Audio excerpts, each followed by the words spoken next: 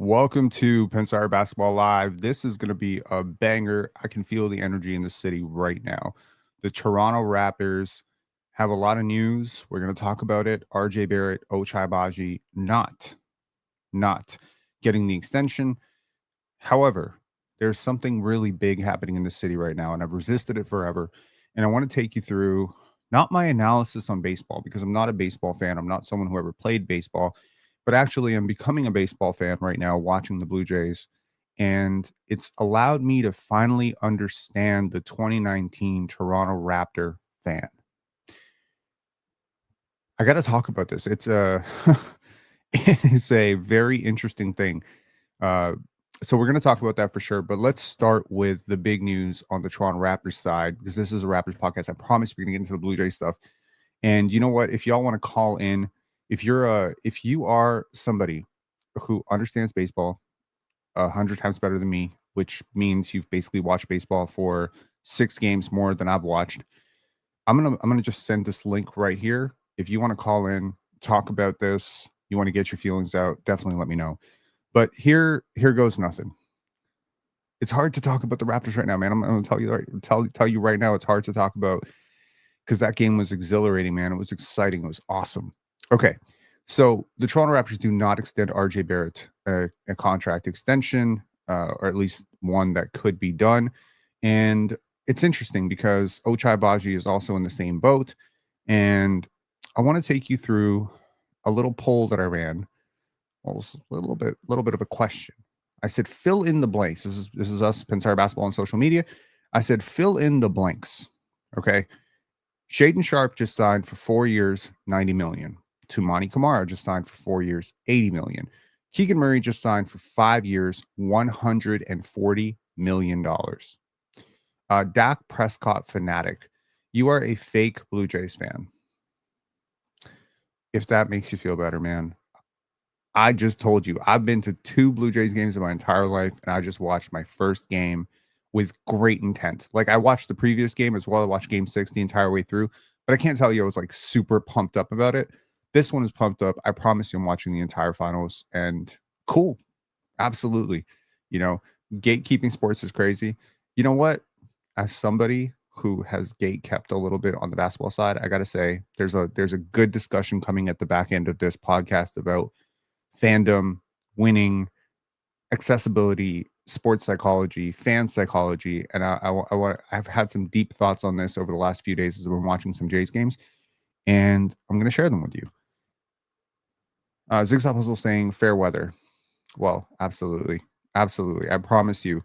But I got to tell you, what's funny is when the Jays were down 3-1, I was telling my girlfriend, I said, I think I'm going to watch the Mariners versus the Dodgers in the finals anyway. Like I've kind of got the bug right now. I just want to learn about this. So I'll share that entire thing with you. No, I am not pretending to be bigger, better Blue Jays fan. No, I'm not pretending that I sat here for 32 years and prayed for this day. No, I haven't thought about it once. I went to a Blue Jays game, could barely focus on it, barely understood the game. I didn't care. But right now, I Googled 85 things while watching the game. Very cool. Okay, so the fill in the blanks. Keegan Murray just signed for 5 years, 140. Ochai is worth blank. RJ is worth blank. And I left it to our community to decide what that answer was.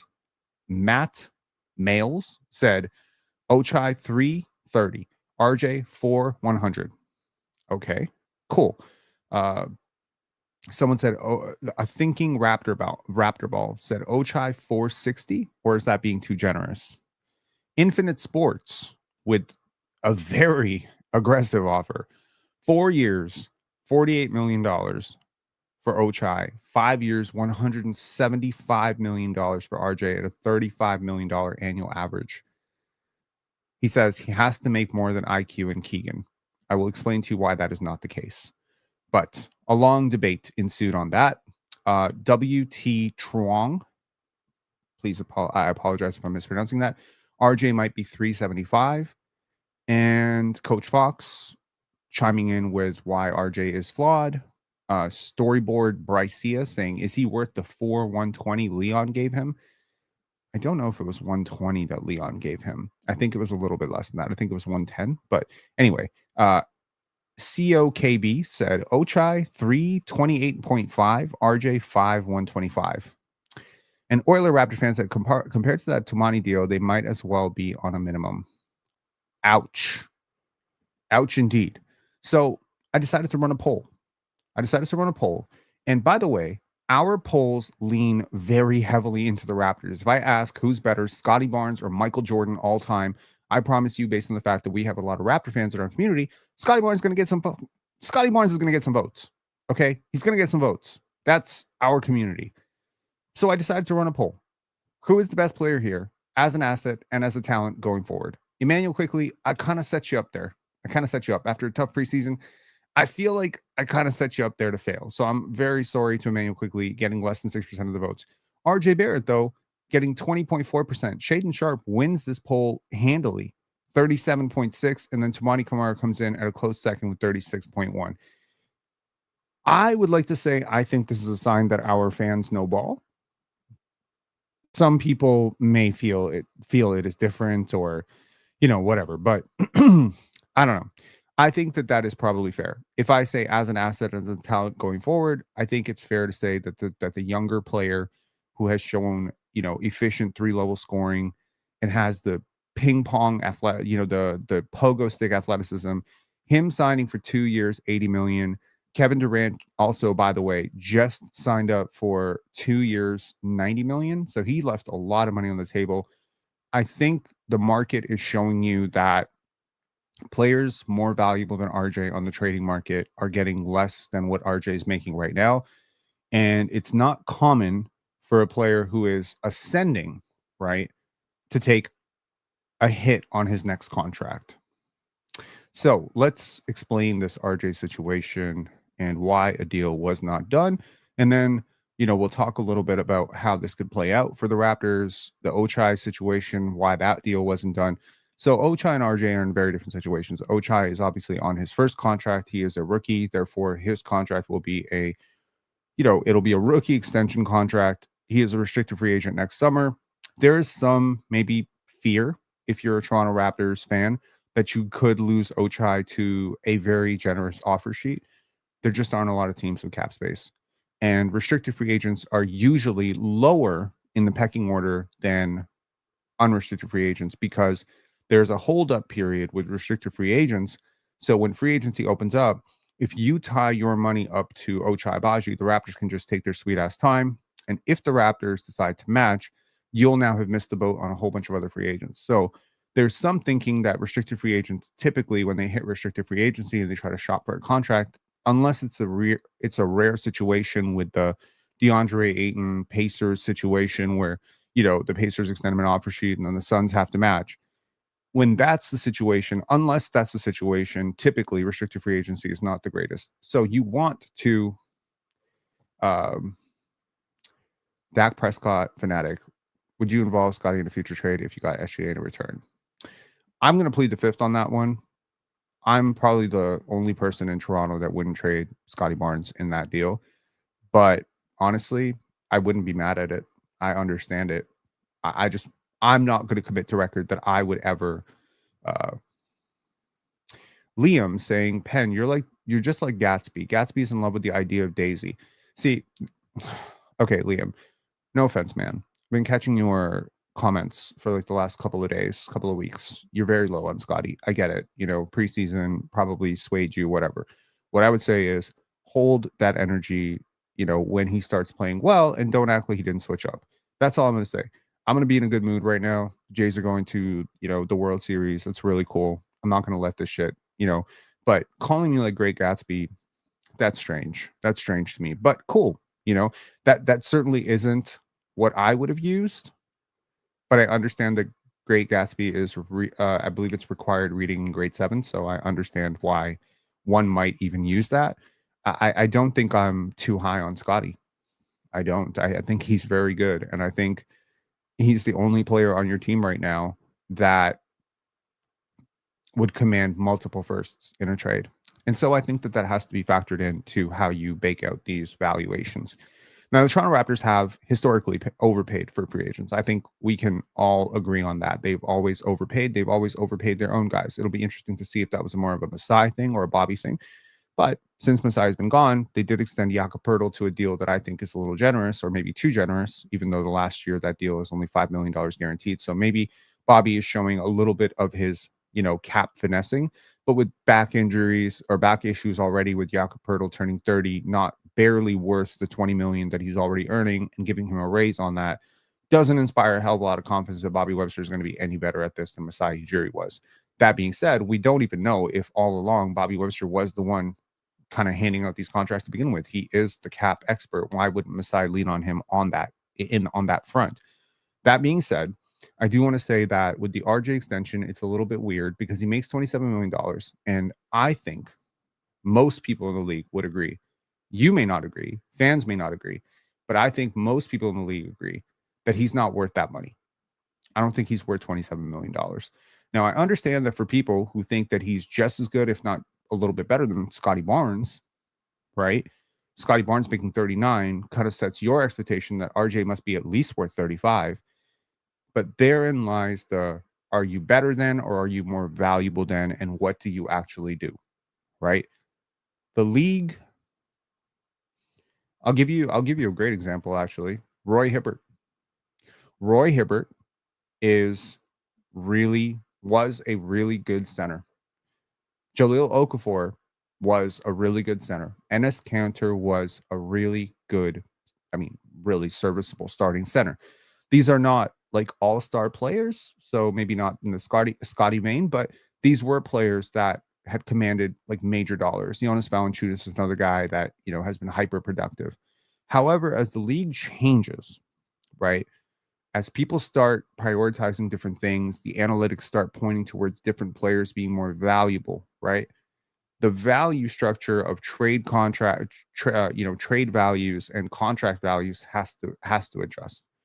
And what this offseason showed me was the two players that I would most liken RJ to, which would be Jonathan Kuminga and Cam Thomas, struggled to get money. Now, why are those players not getting the same respect as a Keegan Murray, who many people would argue, who averaged just 12 points per game last year, is worse than those players? Well, Keegan is a solid floor defender. In and of itself, I think the analytics are pointing to the fact that having a bad defender on the court is just really bad for you. I think this is going to impact the future value of Gradey as well. So in and of itself, that one thing is like, even if you look at Keegan Murray and Jonathan Kuminga and say one of these guys is way more talented than the other, and even if I can agree with you, it doesn't mean that you can completely mitigate the gap in portability where Keegan clearly clears. He's a good movement shooter. He's a big playmaker, right? He has upside in that situation. And most teams would love to have Keegan Murray as a third option or a fourth option on their team. Do I think the Kings overpaid for Keegan Murray? Hell yeah, I think they massively overpaid for him. But you can look at a guy like Christian Braun as well. Now, if I ask an average NBA fan, do you like Christian Braun or RJ Barrett? I think most people would say RJ Barrett. That's the bucket getter. That's the 20-point per game guy. But Christian Braun establishes a better floor defensively. He does a lot of things, that RJ does, in terms of the athleticism and all that stuff. It's very interesting. But also, he's growing as a shooter, he's younger. And so all of these things combined mean that Christian Braun right now is still worth multiple firsts. And I say all of this to say that trade values and contract values have to be considered because, and this is very important, because the Toronto Raptors haven't always done very well with this. Chris Boucher was signed to a 3-year, $33 million deal with the Toronto Raptors a few years back. The Raptors tried year after year to trade Chris. They couldn't do it. Nobody wanted to pay him $11 million. Bruce Brown signed a 2-year, $46 million deal with the Indiana Pacers, which was largely, the structuring of the deal with the second year being a team option, made it flexible, whatever. But no team in the current CBA could see themselves paying a player who wasn't even contributing enough to be a high rotation player. They couldn't see them paying $23 million. Even as an expiring, Bruce Brown had no value, right? You keep going down this line and you start seeing Gary Trent Jr., $18 million a year, try to trade him, couldn't get a deal done. So I think if you're the Toronto Raptors, signing RJ Barrett to a long-term deal, like 5 years, even if you could get the dollar amount right, which is to say, let's say RJ takes a haircut. He wants to be here long term. We all know it. And so let's say he takes a major, major haircut and everyone's happy with it. He takes 5 years, 100, 100 flat. That would be, a deal starting around maybe 22 million and going down to about 17. Well, number one, I don't know if 5 years of RJ Barrett is going to make him a positive deal. I think a lot of teams will look at that as long-term money and not be sure if the league will pass RJ by. What does he do for me, right? Think about it this way. If he were on another team, what would his role be? Like, so right now, if the Phoenix Suns wanted to trade for RJ Barrett, are they taking the ball out of Devin Booker's hands? No. Are they taking the ball out of Jalen Green's hands? No. Are either of those guys dominant defenders? No. So if you're trying to pick your third guy, that guy has to be a good defender. It has to be. Okay. So if you're picking between Dylan Brooks or RJ Barrett, you're probably going to pick Dylan Brooks. If you're going to pick between Andrew Wiggins or RJ Barrett, you're going to pick Andrew Wiggins because the floor defensively is just higher, which is why a player like Matas Buzelis, who has a decent floor defensively, or even a player like Keegan Murray, who has a decent floor defensively, see Keegan Murray versus Dylan Brooks is not at all. People are asking me if I'm on the panel tomorrow. I am not on the panel tomorrow. I am on playback tomorrow, covering opening night for Player's Choice, which is going to be really fun. I will be on the panel on Wednesday to kick off, pretty much react to the previous night's games, and I will also be on Thursday. So you better hope that the Toronto Raptors don't lose on Wednesday night to the Atlanta Hawks, although I strongly suspect they will. So all of this being said, I think the Raptors have to be very cautious about two things. Number one, term. Number two, dollars. Dollars, they have to be cautious because their cap sheet is a mess. They've signed up long-term to Brandon Ingram. RJ, obviously RJ Barrett is on the books for the next 2 years. Emmanuel Quickley is on the books for 4 more years. You have you have Jakob Poeltl on the books for about three to 4 more years, 3.5, 4 more years. Scottie Barnes on the books for the next 4 years. So it's actually 5 years. Scottie's on the books for next 5 years. So this year included, and 4 more years after that. So you look at all those deals and you're like, if we sign RJ Barrett, we're going to be a first apron team. So the dollar amount will be very important that he take less than his current value. The second part of this will be term. How much flexibility do you want on it? Do you, and here I'll tell you what I think is going to happen. One, I'm pretty sure they're going to trade him.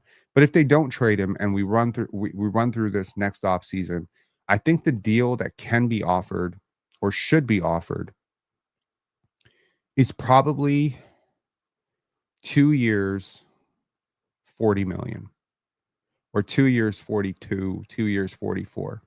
Now, why would RJ reject this and then choose to kind of bet on himself? Well, number one, it is a decrease in an ascending cap environment on the last deal he signed. This is going to take him swallowing his pride and just kind of accepting that if I'm the third scoring option and the worst defender in my starting lineup, I'm not going to be paid as much as the top 2 guys. And those guys already took a bunch of money. So with Scottie and Ingram already on the books for a combined, 38 and 38, pretty much 38, 39, that's a lot of money. That's almost 75 plus million dollars parked up into 2 guys, none of which so far, by the way, Ingram and Barnes have shown an ability to be a consistent number 1 option on a really good team. I think they both can be. I think one of them will be, but for RJ Barrett to squeeze in as the third scoring option and the 4th or 5th defender, especially with the context of Gradey Dick's extension coming up, Ja'Kobe eventually needing to get paid, Ochai potentially being there, I think the writing's on the wall that unless he's willing to take a Antoine Rose saying, y'all really think RJ will get less than 25 million a year? The money ain't there, bro. Only so many guys are going to get paid. I hate to say it, but basketball is a very zero-sum game when it comes to contracts, and the money is gone. So why does RJ reject a $20 million, $22 million type of deal? Well, number one, it's a downgrade on his current contract. Number two, it's less than Emmanuel Quickley got. And this is where the Raptors signing that Emmanuel Quickley deal have really fucked themselves over. And I want to be clear about this. When you sign an Emmanuel Quickley to a $32 million deal, and then RJ Barrett comes out and outscores Emmanuel Quickley, plays more games than Emmanuel Quickley, turns into a better passer than Emmanuel Quickley, it's hard to then tell him why he is going to get less. Without, of course, admitting to him, we kind of fucked up the Emmanuel Quickley deal. We actually gave him way more, and he turned out to be a little bit worse than what we thought. I don't think there's a $25 million offer anywhere for RJ Barrett. I understand I said something very similar about Fred VanVleet, that I didn't think there was a $40 million offer out there for him. And then there suddenly was, in this 1 in a million type of situation where Ime Udoka decides, I don't want James Harden contaminating our youth. We want Fred VanVleet and Dylan Brooks to come here, and we have all this money and we have to spend it. That's a different situation. Fred VanVleet is a very steady defender. Fred VanVleet is a great third option. Fred VanVleet is not a first option, and neither is RJ Barrett. So you need to get some sort of value out of this. And then, of course, there is the element of, do you really want to roll out this season with RJ Barrett not without a contract? Do you really want to roll out this season with him kind of looking over his shoulder, wondering when he gets benched in the fourth quarter, how that's going to impact his contract? It's really tough. It's a tough situation that the Raptors have found themselves in. And I think if you're looking around the league, I'm saying that as much as centers who couldn't slide their feet and switch out to the perimeter got sort of phased out of the NBA, and suddenly, you started to see guys like Andre Drummond, who were previously getting $20-25 million, and they're putting up these really big numbers. Suddenly you're seeing them sign $4 or $5 million deals, and you're like, huh.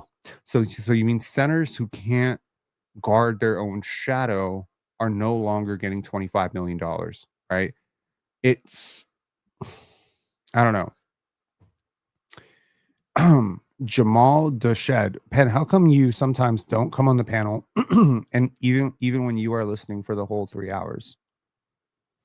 So they have a different schedule. So every single week they release a schedule for who's going to be on the panel. And then right now, my job on the days that I'm not on, including the days that I am on, is I'm doing timestamps for the panel for this week. So that's a fun little gig that I have sort of working behind the scenes for PC there. So yeah, y'all can finally have consistent, timely timestamps on PC right now. So yeah, sometimes I just keep it on in the background. Obviously, these are my friends. And yeah, give me one sec here. I'll clear my throat.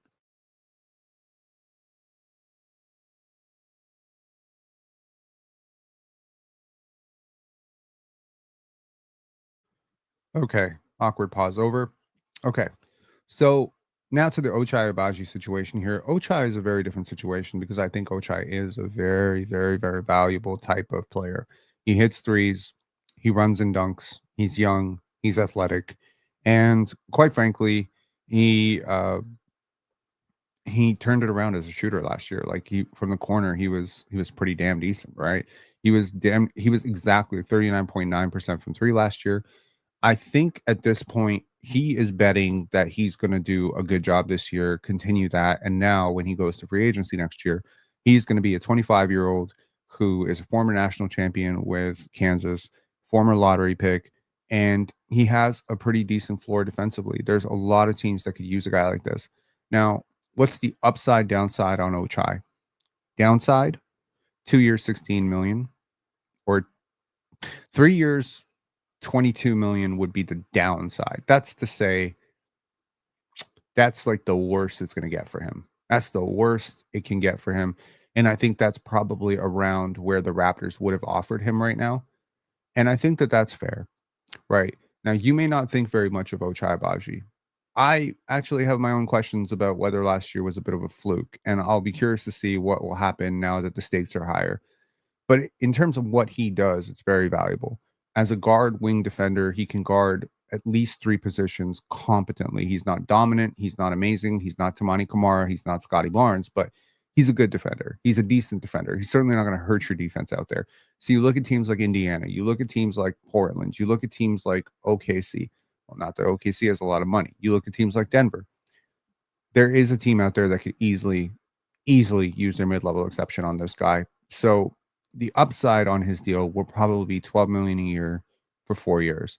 So the absolute upside is 48 million for 4 years, I would say.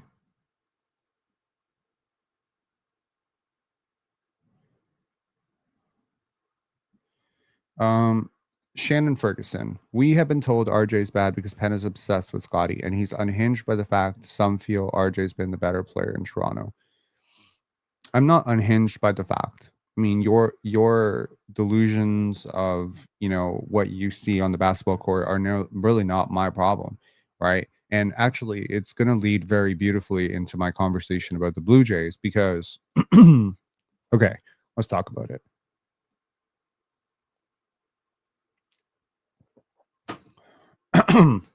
Antoine Rose saying the worst thing that happened to the channel was Scottie Barnes. Well, actually, Scottie Barnes coming to Toronto predates Scottie Barnes coming to Toronto predates our channel's existence. So maybe this channel wouldn't even exist if it were not for Scottie Barnes, because there certainly wasn't anyone else on that team that was worth launching a channel for, to be completely honest. And one of my first podcasts ever in the Toronto Raptors space was prior to the 2021 draft, telling people that Scottie was going to be amazing. It's obvious, Ben. See, again, things are obvious to you. They're not, whatever. Here's the thing. So this is beautiful. Ignorance is bliss, right? But ignorance is only bliss if you enjoy being ignorant. And I don't enjoy being ignorant. So the kind of cool thing was watching the Blue Jays. So I want to talk about this Blue Jays thing. We'll circle back to the Toronto Raptors, but I want to share my insights of being a person who just watched his first 2 real baseball games. Okay, listen, I grew up in New York. I've clearly seen Yankee games on. I've seen Mets games on. I've seen Dodgers games on. I've seen Blue Jays games on. I've seen these games on. I've even been to a couple of Blue Jays games. A friend of mine gave me tickets once. Then there was another friend of mine who wanted me to come with him. We sat really, really close to the dugout. It's very, very cool. But that being said, my takeaway from going to watch baseball is it's too slow. It's very boring. I don't enjoy it. I don't like it. I don't get it. And I'm a basketball guy. The fun thing is everything that I actually watch, I know how to do. Tennis and basketball are the only two, well, tennis, basketball, rugby are the only 3 sports that I've been really good at in my life. And those are the 3 sports that I've ever really watched. So soccer was really my first time, but I think because soccer being from Europe, soccer is so ingrained in my culture, in my DNA, in my understanding, lived in Italy for a bit. So for me, soccer was different because I knew about soccer. I understood the rules of soccer, the players of soccer. My father was a soccer fan. That's different. I've never really just discovered a sport like this before, right? It's never happened before. I've never just started to tune in and just have to Google the rules, right? Uh, are you a Messi or Ronaldo guy? I'm a Messi guy. I would say I'm a Alex Del Piero guy, to be honest. But yeah, that's not on that level. But yeah, Leo Messi is amazing. Antoine Rose said, Rob, we want it to be a space for everyone. It seems like this stopped being that and started to be a space where if you don't agree, we are stupid.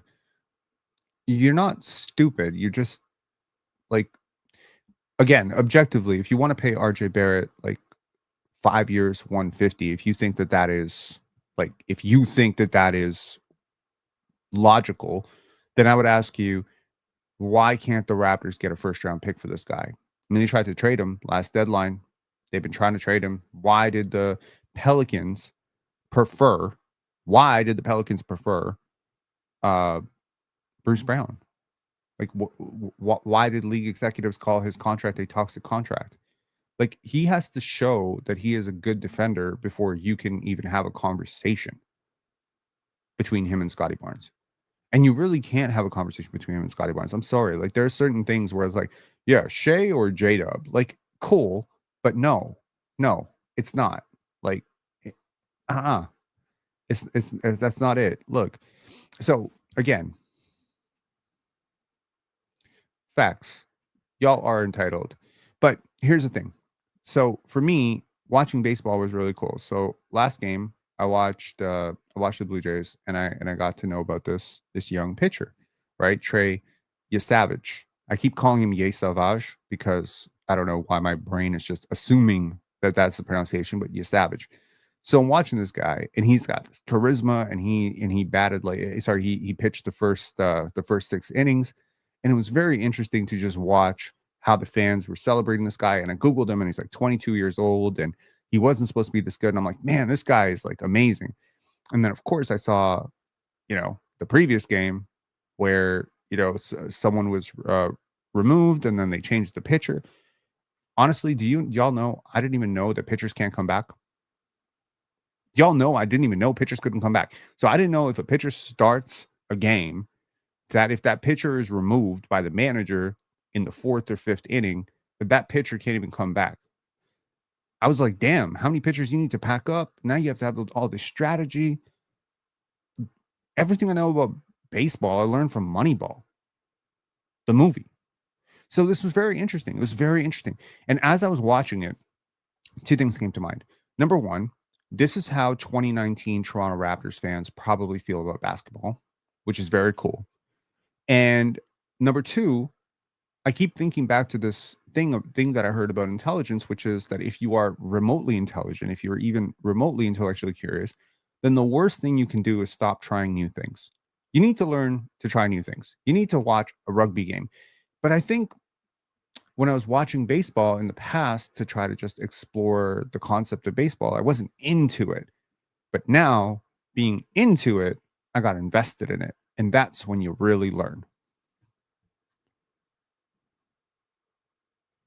5 Adam said, Rob, you did not took gym class in school.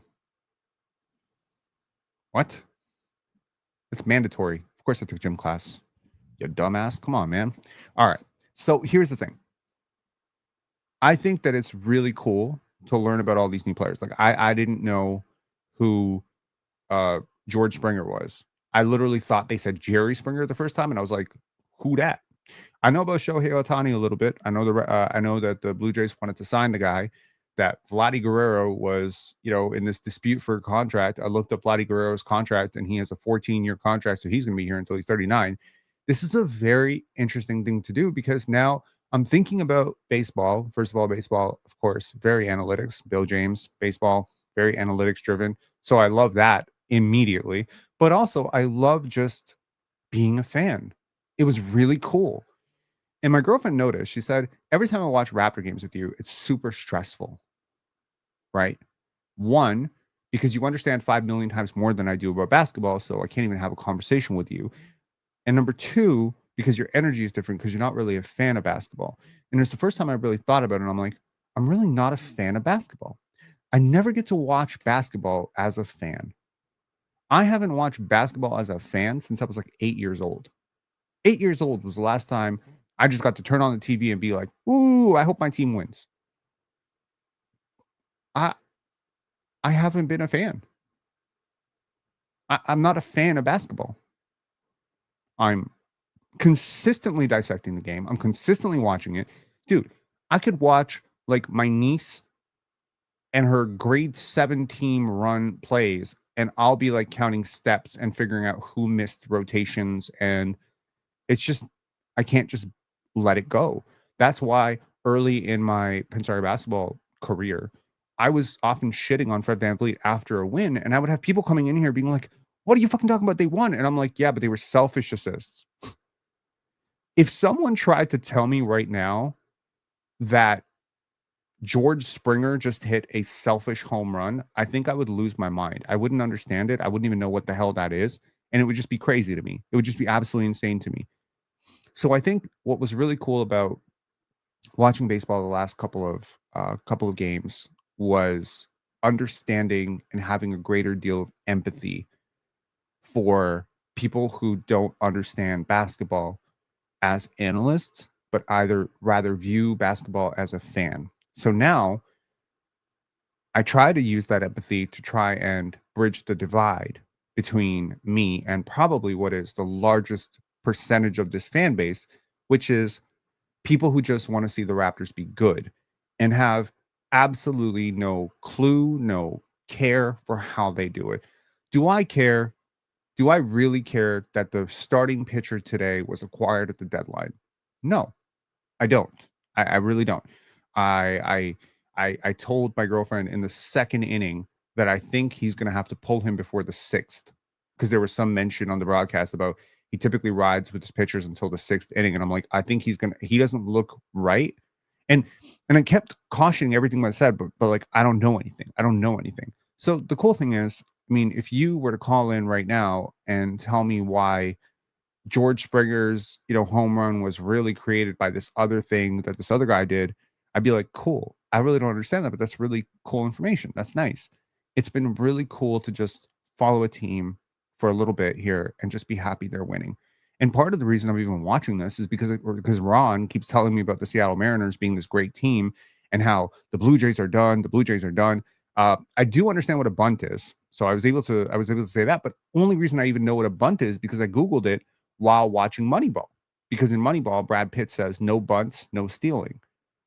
So again, I say all of this to say I kind of I would like to speak to Toronto Raptor fans and not basketball nerds, basketball players, basketball trainers. And just a bit of a side note. When I look at my stories, right? When I look at Pensar basketball stories on Instagram, right? I often see NBA players, college players, trainers, coaches, head coaches, assistant coaches, scouts. Occasionally, y'all check out who checks out your stories. And then I'll see Reddit. Pensar basketball is unhinged. Pensar basketball is an idiot. Pensar basketball is a Scottie superfan. Pensar basketball is blah, blah, blah, blah. And it's just like sometimes you have to ask yourself, these are very polarizing bits of information to get. On the one hand, you have NBA players that are checking out your stories and are finding what you're saying useful. On the other hand, you're having daily, weekly meetings with people who played basketball, who really think you know what you're talking about. You've had coaches hit you up that say you're really smart and they learn something from you. And then you have these fans that hate your guts and think you're an absolute lunatic. And it's really like, how can these two things be true? And it's because we're all looking at the same thing. We're all looking at it differently. And I'm not understanding how to bridge the divide. Five Adams said, do you watch American football? No, I don't. I don't understand it very much at all. No. So here's what I'll say. Let me actually pull this up because I think I need to read this out. And I think it's going to be interesting, and it's going to explain a lot. And this is a post that I wrote about Scottie Barnes. And I want to explain Scottie Barnes from the perspective of to the fans. I said, you're being lied to. In 2021, when the Raptors held the 4th overall pick, you asked what the Raptors should do. You, as a basketball analyst, if you are a basketball nerd, probably went and watched Florida State games and watched Gonzaga games and decided for yourself. But if you're a Raptor fan who just wants their team to be good again and is worried that your aging point guard, Kyle Lowry, is about to retire or be traded, then you were very quickly sold on the idea of Jalen Suggs being an automatic replacement. When they drafted Scottie, you were told he was a zero-level scorer, a project, and a mistake. Every Scottie is Giannis comparison now was laughable at that point. I was the only person that night saying this guy's going to be like more like Giannis, Jokic, Kawhi, etc. Everyone else was throwing out Bruno Caboclo and Draymond Green comparisons. The coverage was bad for Scottie, very bad. But then he won Rookie of the Year. But coming off the Rookie of the Year season, Scottie was deemed untouchable in Kevin Durant trade talks.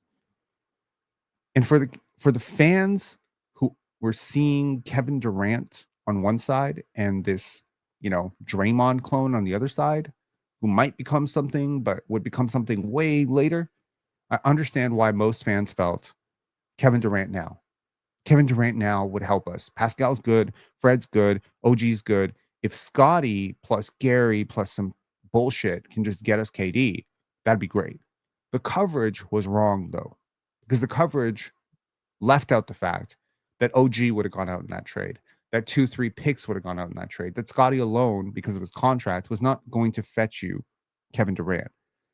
But the fan base really said, Pascal, NBA champion Pascal and Fred were available for a win now team, but Scottie Barnes was deemed untouchable? Damn. What's wrong with this team? This Scottie Barnes guy better be really good.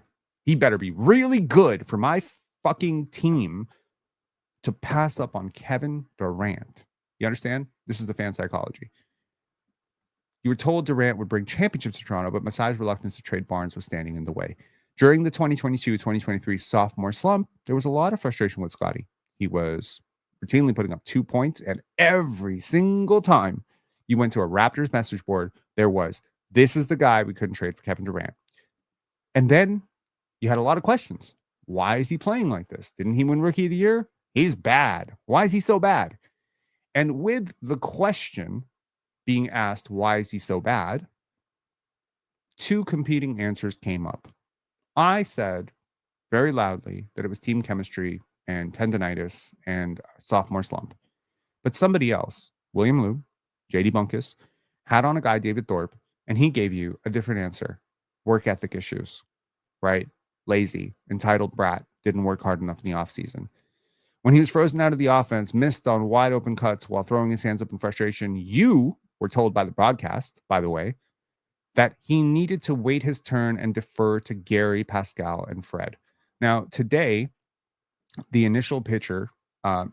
Bieber, Shane Bieber, walked off, I think in the 4th inning when he was pulled by the manager, and he did not look happy. He did not look happy. He might have been frustrated with himself.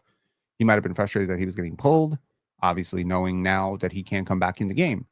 The broadcasters never said Shane Bieber needs to be a better teammate. Shane Bieber's being a brat. They didn't say anything to that effect.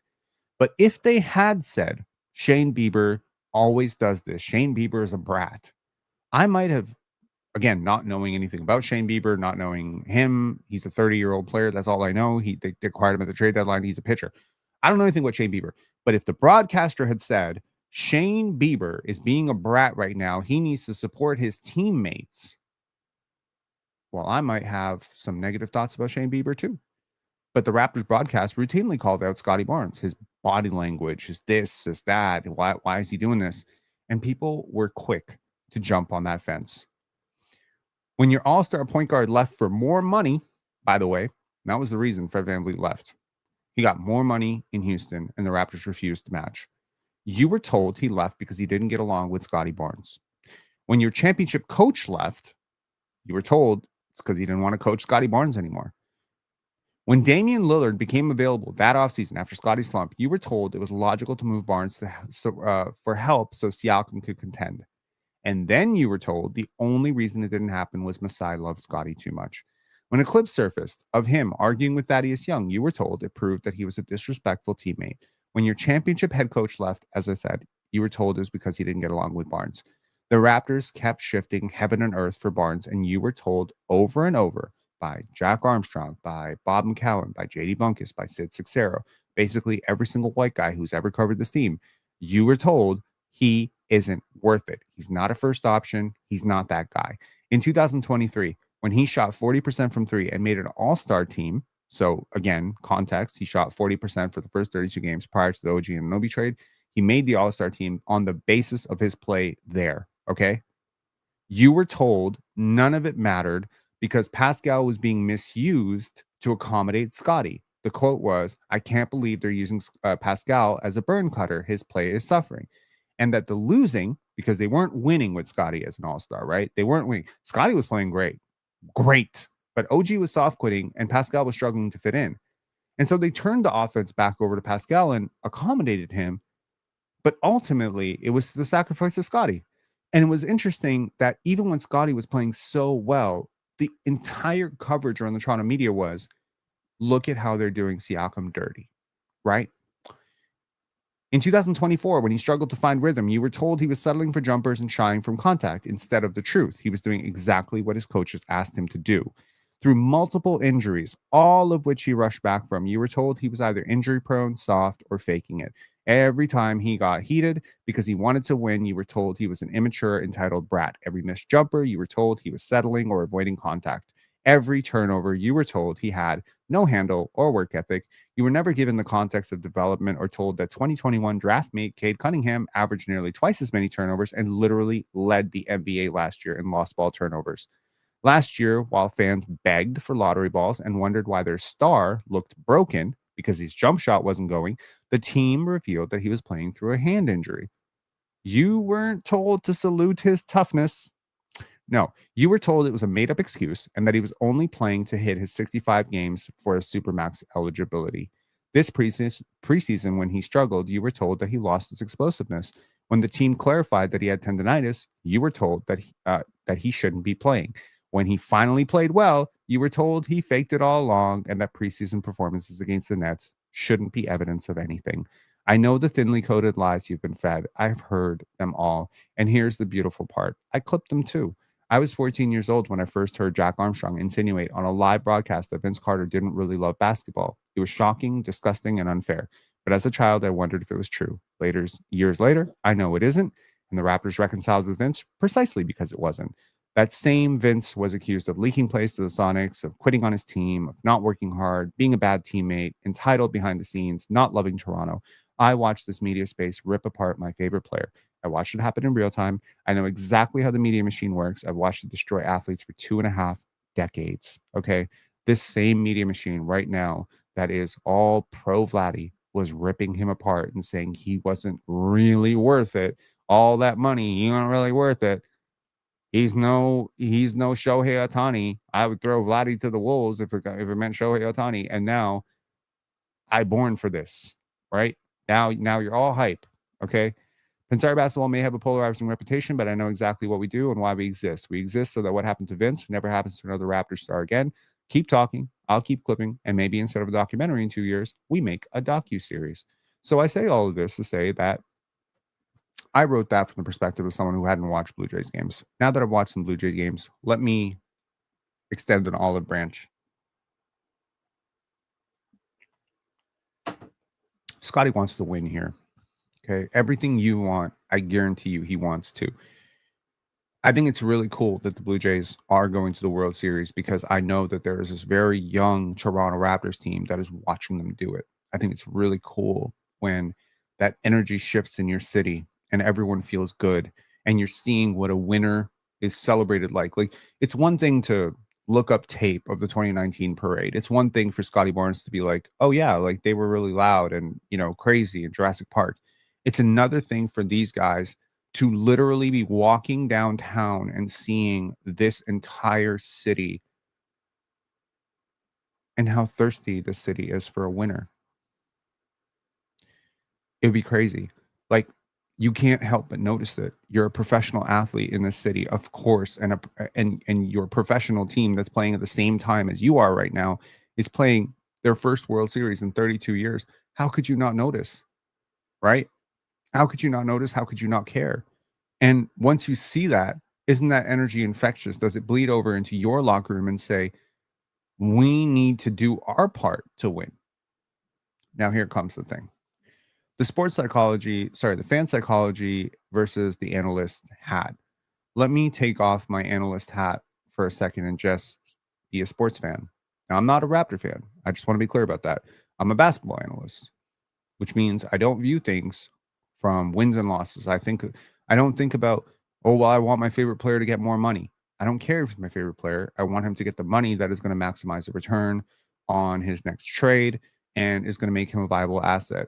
In a lot of ways, being an analyst kind of bleeds you of your fandom.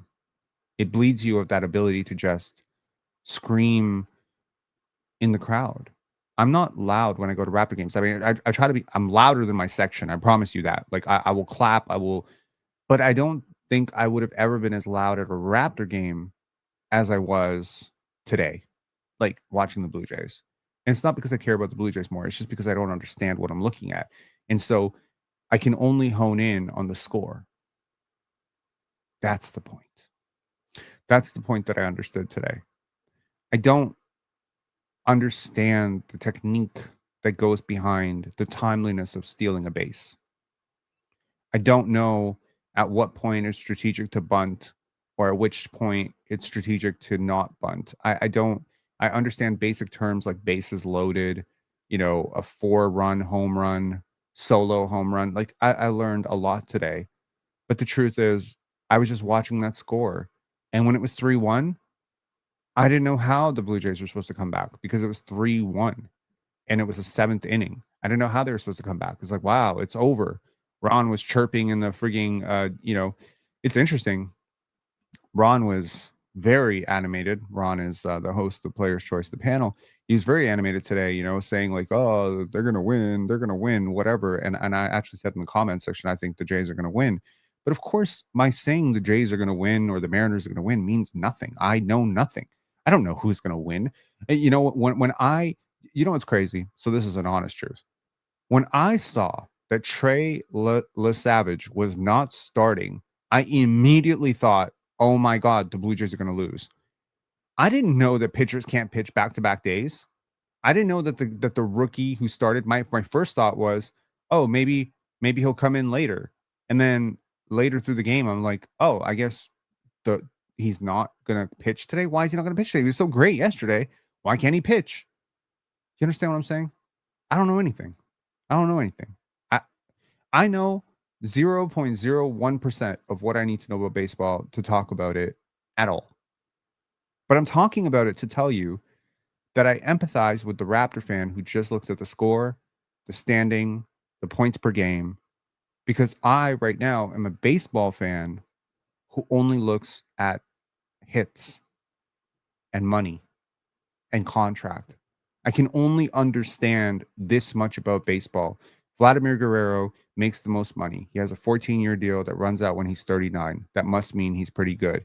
The fans cheer really loud when he when he goes to bat. Must be pretty good. They always interview him after. Hazel May's interviewing. He must be the star player. This is how I understand baseball. And yet, even though I understand nothing about baseball, it was very enjoyable for me. Cool. You know what I'm not doing right now, though? I'm not on a baseball forum having debates with analysts who have studied this game for 30 years about why the pitching rotation was wrong. I just can't. I can't do that. So that's the divide. That's the point. You and I, if you're, a Raptor fan who's just looking at the score and has no interest in understanding why Scottie Barnes got his contract and why RJ Barrett didn't get his contract. If you're just someone who's just like 20 points is more than 19 points, why can't RJ get more? We can't even have a communication. We cannot have a talk about this. If you're someone who watches Nikola Jokic moving up and down the court and you're like, that guy's not good at basketball, I don't know what the fuck to tell you, bro. I really don't. And I get mad about it because I never understood it until today. Today, I understand you. Shannon saying, Penn, please, you overrate your basketball acumen.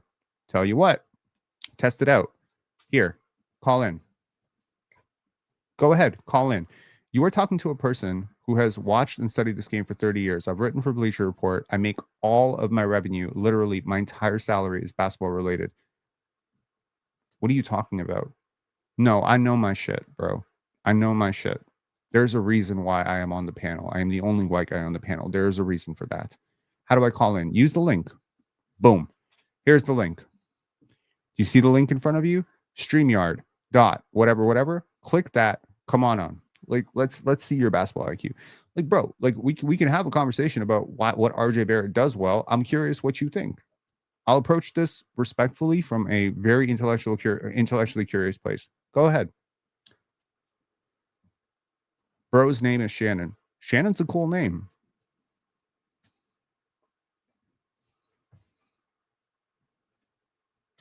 We shall wait. You can call him with your phone. Ideally, use Google Chrome. You can definitely call in, and just make sure you're not in a super loud, obnoxiously loud place, like on the street somewhere. And yeah, like if you have decent audio, like any phone will do, man. If you have an iPhone, it'll do. People call in from iPhones all the time.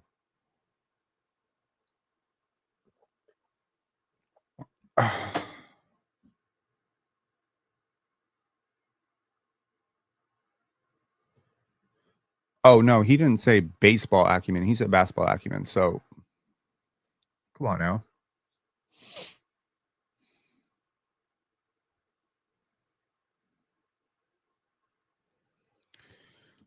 Okay, cool. I mean, maybe he will. I mean, he said, "How do I call in?" So I don't think why would someone ask, "Well, how do I call in?" if they're not going to call in. I think he will. Look, I'm not. Here's the crazy thing. I also approach every conversation that I have with someone that I think knows a lot more about basketball than me with a lot of humility, right? Like I certainly am not the expert of experts. If I'm going to have a conversation with Rick Carlisle, I promise you, I'm gonna be a kid on the wall on that conversation because he knows a lot more about me. If I had a conversation with Darko Rajakovic, that's gonna be that. But when it comes to like studying this game as long as I have, like, yeah, man, I do know a hell of a lot about basketball, my friend. Like, I'm not running away from that. 100% I do. And you know, and shit, like that doesn't mean you can't be wrong. I said Khalil Ware was probably gonna be a bust. So damn, like people are wrong all the time. It says the browser blocked my mic and camera. I will keep trying. Uh the browser blocked my mic and camera. Are you on a phone? Oh, Zigsaw Puzzle saying, "Oh, you got to allow permissions." Yeah. No, I don't think you're ducking. I think you're legitimately serious about calling in. So let's talk. Like let's just whatever. You got to allow permissions. That's what it is. Sure. You got a minute. Okay, we got a super chat from the homie Nick. I have been a Blue Jays fan since 1989 when I was 5 years old, and a diehard Raptors fan since their inception. This is such a fun team who have come from behind all year when they did it in the biggest game in 32 years. I feel that, man. Honestly, it was like very curious. I was very interested in just watching the fan reaction. Sometimes I would see like I don't know. It's very interesting. I'm very like if you're a Blue Jays fan, I'm clearly not, but if you're a Blue Jays fan, I'm very very happy for you. I'm very excited for you. This is very cool. Like your team is going to a World Series for the first time in 32 years. Very dope. You know, and I certainly don't know a lot about the LA Dodgers. I will research it and I'm going to watch every single game. Of course, I'm going to watch every single game, every game that I can that doesn't intersect with the Raptors. But I realize right now, with how huge this is, right, in the city right now, I understand the Raptors are not going to be big news for the next 2 weeks. I get it. Nice one said, I just can't take RJ defenders and Scottie haters for real. 22, 6-5, baby. 22, 6-5, Gatorade National Player of the Year, top 3 pick. Actually played pretty decently in the playoffs. I mean, RJ's a good player. Well, I think a lot of people could argue that he is being underrated, but it doesn't matter if he's a good player. It matters if the league identifies him as a good player, if other general managers feel he's a good player. And I think that just comes down to the fact that a hyper efficient third option is worth more than an inefficient first option most times, especially when the inefficient first option is a poor defender. If RJ Barrett, like, if we want to explore a path to success for RJ Barrett, it would be, I mean, he shot 40% on corner threes last year. That's a good part of it. Improving the free throw percentage. But it's like RJ is a weird equation, right? Because your superpower, if you're RJ Barrett, is getting to the basket. Your biggest problem as a scorer is finishing at the basket and converting on free throws. So the thing you do better than anybody on the team is the thing you're worse at than almost anybody at converting. I mean, I'm not comparing him to Gradey Dick, who's perhaps worse, or Jacoby Walter, but among your main guys, Ingram is a better finisher at the basket. Scottie's a better finisher at the basket. There's a reason for that, though. They have better technique. They have better size, better length. RJ Barrett doesn't have elite, like that 7-foot freakish wingspan. Like Tamani Kamara, Shaden Sharp, who's not a good defender, by the way. Shaden is not a good defender at all. They have elite length. Like they have elite length on their side, and that really does help with finishing and finishing talent overall. RJ is very, limited vertical athlete. He doesn't always explode at the basket. He's more of a, you know, uh, he's a north-south athlete, right? Like he's got like that. When he gets ahead of steam, he doesn't have a great first step. He don't have a great first step. He's a very opportunistic scorer, which is why I often call him a scavenger. Okay, we got Shannon Ferguson calling in. Good Shannon, evening. Good evening, Penn. what's good, man? Where would you like to start? We can start anywhere you want. Why do you think that I'm overrating my basketball acumen? I think we should start there, and then, I mean, first of all, tell me about yourself. I've been a basketball fan probably longer than you've been alive, but that doesn't mean anything. You can still know more, but I just listen to your show. I listen to your show because I want to see at one point, I watched the game, and I know that your commentary is not going to match what I saw in the game. I know that because you watch it with a very biased lens. You do. I'm not going to say, maybe it's unfair to say you don't know basketball, but you watch it through a very specific lens. The last game, you said RJ got scavenger baskets, which that's somewhat accurate, but so did Scottie. They both did. Scottie maybe had 2 baskets that one scavenger, RJ maybe had 1. But your commentary, your analysis on each was completely different based on your fandom. So do you consider scavenger baskets as a bad thing? I don't, but what I'm saying is, so it was a compliment. It wasn't a compliment because you said, come on, you're not even being genuine. I'm being disingenuous because the way, this is how you described it. You said people are going to watch the game and you're going to think that RJ has some amazing game. He didn't. There was scavenger baskets. That denotes that it wasn't a positive thing. And what was telling is that you didn't describe Scottie's game as the same when it was identical in regards to how he got his baskets. It's absolutely not identical. In regards to that, he got his baskets by being fed on the break. He wasn't breaking people off the dribble. He had two turnaround jumpers, one on the baseline, one on the elbow. And that was it. And everything else was the same type of basket that RJ was getting, except his was inside the arc. At least RJ had 3-pointers. Scottie can't do that right now.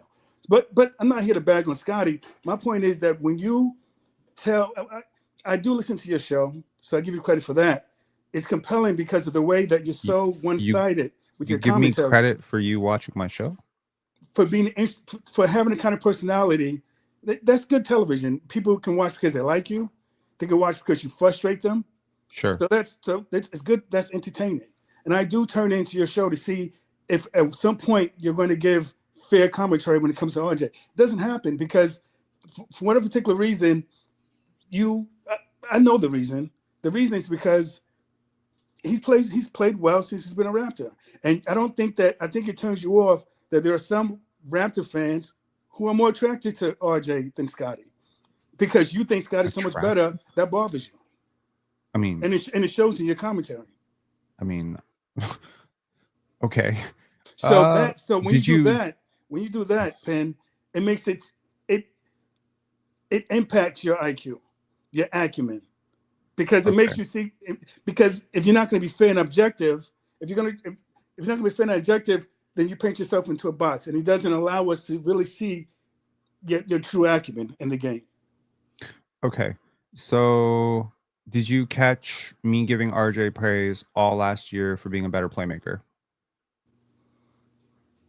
You said he's becoming a better playmaker, but you said sparingly. No, hang on. I'm asking the questions now. Okay. So, did you catch me saying that he was a better point guard than Immanuel Quickley? Yeah, but that's not. I mean, I think Stephen Winter can see that. Okay. Cool. Did you catch my entire episode devoted to RJ where I said that I would actually like to find a way to keep him and that I think talk about trading him is a little bit overrated? No, I didn't see that. Okay. That's good. Okay, so hold on. I will prove to you that the episode is true and it does exist. Where the hell is it? Where is it? My God, make a lot of fucking videos, man. Holy shit. Okay, RJ Barrett is going crazy this offseason. Made an entire video that was 53 minutes long. In it, I talked many times about how it could work. I've also talked about ways that it might not work. I've talked about a lot of things. I mean, how about this? Let's ask the chat. Chat, did you or did you not hear me say many, many times last year that RJ Barrett, without being flippant or without being like he's good for a bad defender, Did you see me giving RJ plenty of kudos last year for being a much better defender in the second half? W, please tell me. Military Man said heard it. Did you hear me say that RJ Barrett's growth as a playmaker is actually making me think that he might be Toronto's best option as a point guard last year? Can I step in for a second, Penn? The Sure. reason why the defense rings hollow is because you may have said that, but then during the game, you'll take one possession and blow. The guy can play great. He can have many great possessions. He can have good possessions in defense. He can do some good playmaking, good possession of offense. But then in your tweets, because I see you tweets in your tweets, you say, "Look at this. This is horrible." It's not even as horrible as you paint it. And your focus on this one thing is when everyone will have a bad possession, you'll blow up that bad possession and ignore all the good play that he's had. So that kind of rings hollow to me. And you do it a lot. I don't ever see you do that with Scottie. Scottie has them too. Who's your 10 favorite players in the NBA right now or full time? You could tell me either one. I'm just curious to see like how you're seeing the game. Typically, I like cerebral point guard. So of all time, Jason Kidd has been one of my favorite players. Perfect. I've always liked the way he played. Mark Jackson is he's an underrated player in regards to the way he sees the court. Kevin Johnson was one of my favorite players. I enjoyed Larry Bird. He's one of my favorite players. Magic. Those kind of plays. In the NBA right now, SGA. I like SGA. It's not a lot, but I like SGA. I like Scottie. I mean, so I understand why you like Scottie, but you obsess over him. But okay, we transgress. You asked me a question. I'm going to answer your question. I like SGA. I like the way he plays. Was Kyle Lowry better than DeMar DeRozan? For a winning team, yes, I think he was. As a player, was he a better player than DeMar DeRozan? They're different. I can't. This is the difference, I think, between how we see the game. Right? To me, DeMar is a low efficiency guy, and he doesn't defend well. And to me, Kyle is this incredibly cerebral point guard that makes everybody better and does everything between the lines of things that don't show up in the box score. And to me, the analytical impact of how I'm seeing the game, how the analytics are seeing the game, how the value of having a player who's such a weak off-ball defender like DeMar, and how much you got to compensate for him with positive defenders like Pascal, OG, etc. That's where I'm like, when I ask people DeMar versus Kyle, if there's even a pause, I know we're not looking at the game the same way, and I don't really have a problem with it. I get it. DeMar got a lot of bag work and all that stuff, but yeah, I don't. But you didn't let me finish. I like Lowry better than DeMar. So if you ask me, do I like him better? But when you say he's better, that's subjective. These are two highly talented and accomplished basketball players. So if you say is he better, then I have to think about that because there could be some players, could be some even GMs who would look at, for example, I don't think Pop would have traded Kawhi for Lowry. I like Lowry better as a basketball player. I do, based on what I like about the game. But in that trade in which you got Kawhi, if Lowry was going back to San Antonio, I don't think that trade would have happened.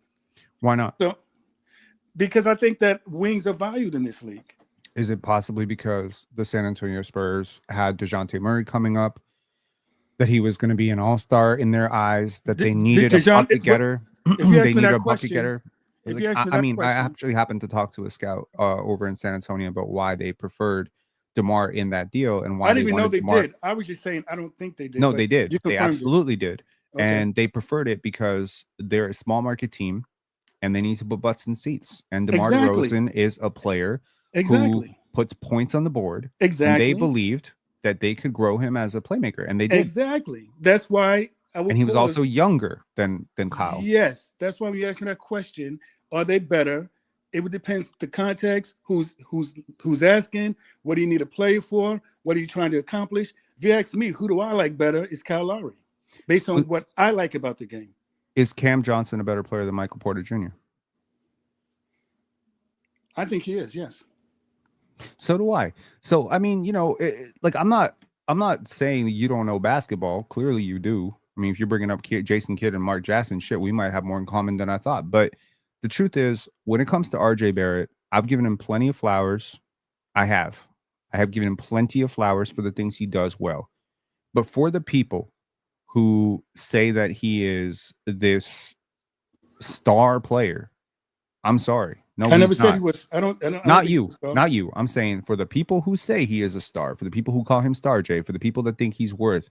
I mean, I read out, I think you were in the chat at the time. I read out what some people said that he was worth.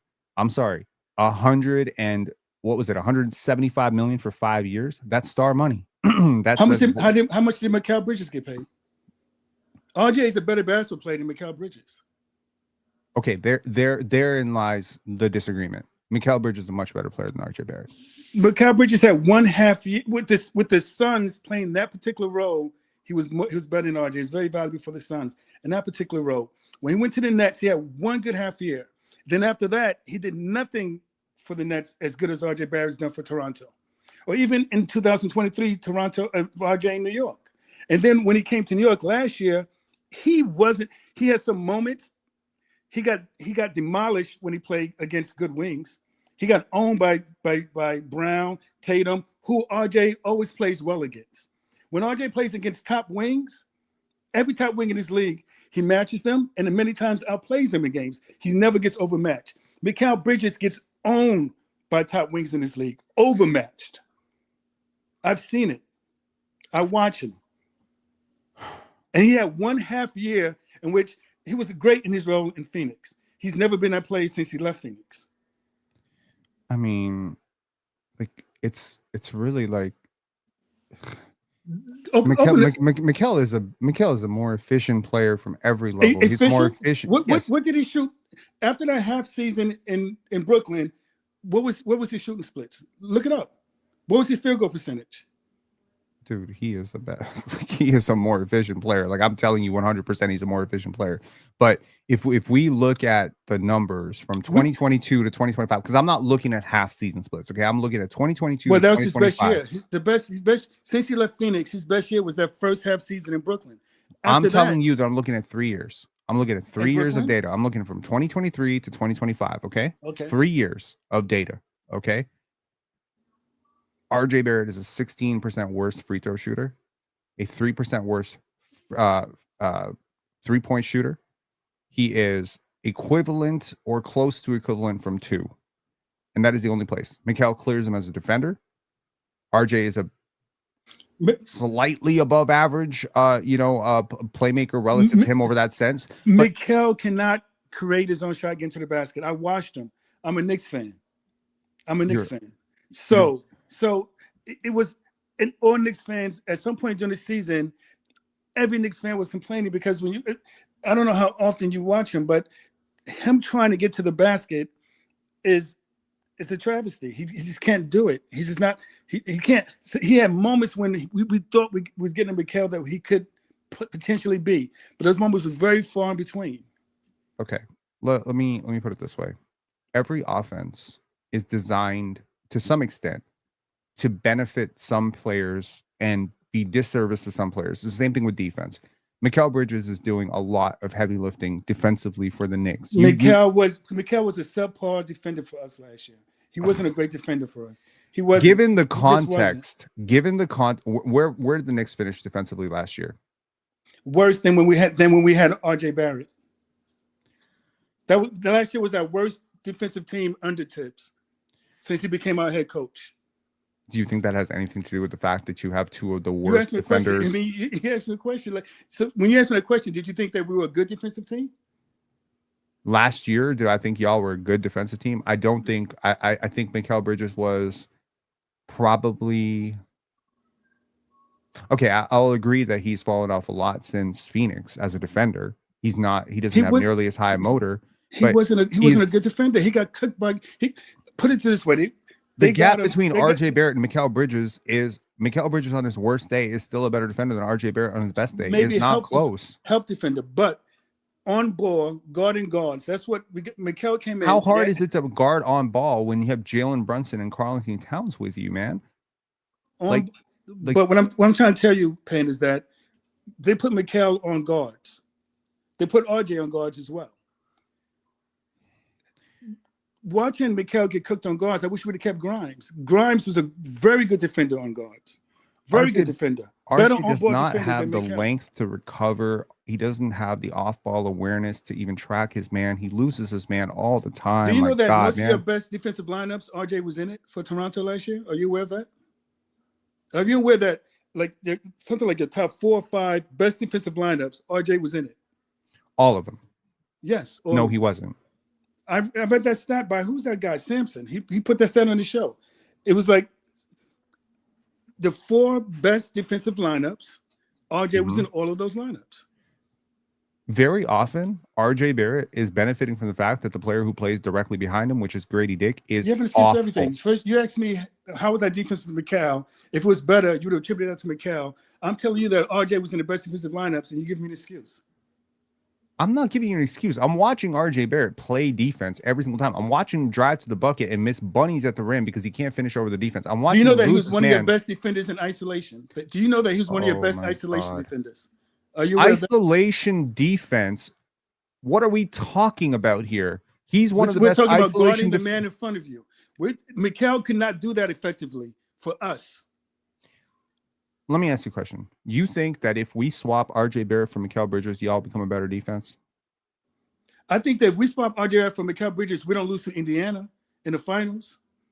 We do not do that. That's not the question I asked. I said, y'all become a better defense.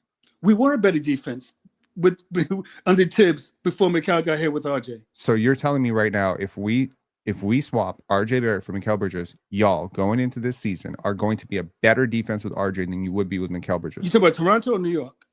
The New York Knicks. I'm assuming you're a Knicks fan, right? Yeah, but we wouldn't be worse. The reason why I know that we wouldn't be worse. So they're even as defenders. At worst, they're even. In Phoenix, Mikal was so much better. Mikal was a good defender in Phoenix.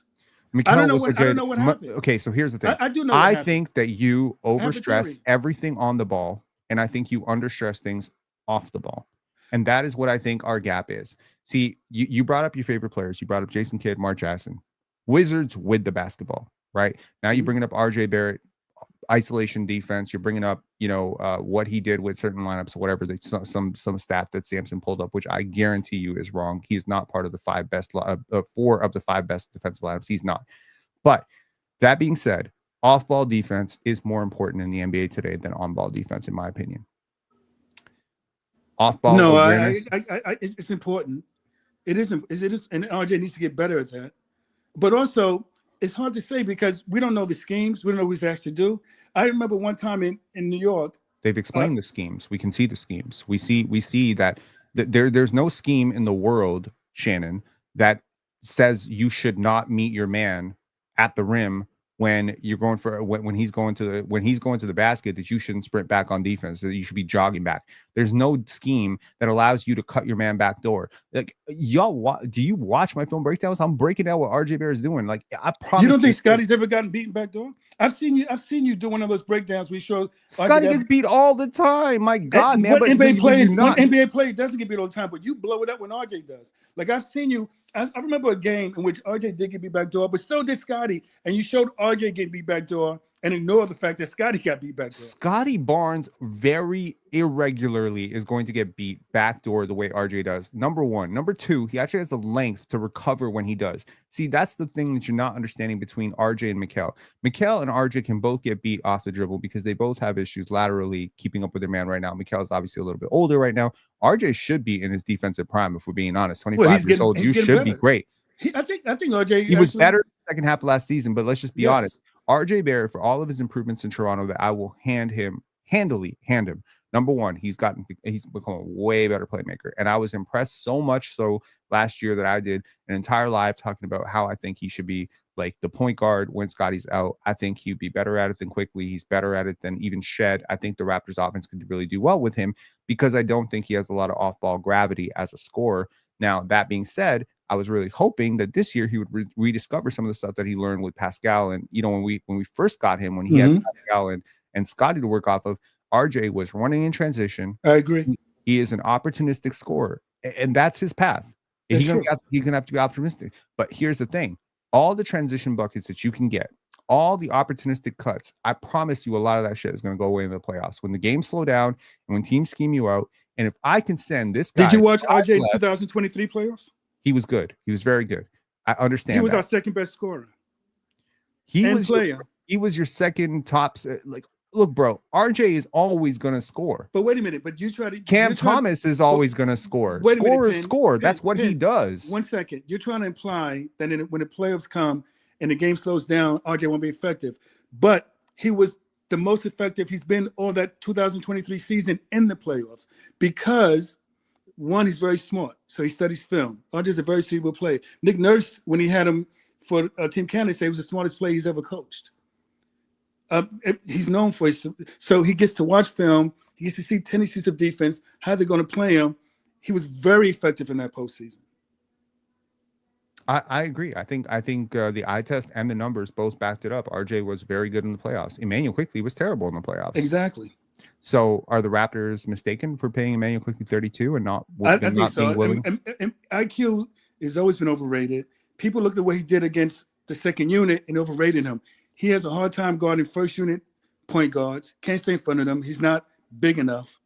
And when the game slows down, what you described for RJ, which is not the case, it is the case for IQ. People knock him off his spots. He's not physical enough to get to his spots in the playoffs. He's ineffective. He's always been overrated. I didn't think that you guys should have paid him the money. And whenever I heard the announcers, the commentators for the Raptors podcast talking about what they expected for IQ, I said, you're never going to see that. He's not that player. You guys think you're getting something you're not getting. Has he improved as a playmaker in Toronto? Yes. His last game, I thought was his best playmaking game I've ever seen him play. He looks like he's getting better vision, better touch. He's getting better as a playmaker. Absolutely. I think he has. His value in terms of spacing the floor, again, if his release was a little bit higher and a little bit quicker, he would have even more gravity. But his ability to just get out of the way and be a third option to Scottie and Ingram, I think, is very valuable. And over this past summer, I was watching a lot of Nafisa Collier, right, and the Minnesota Lynx.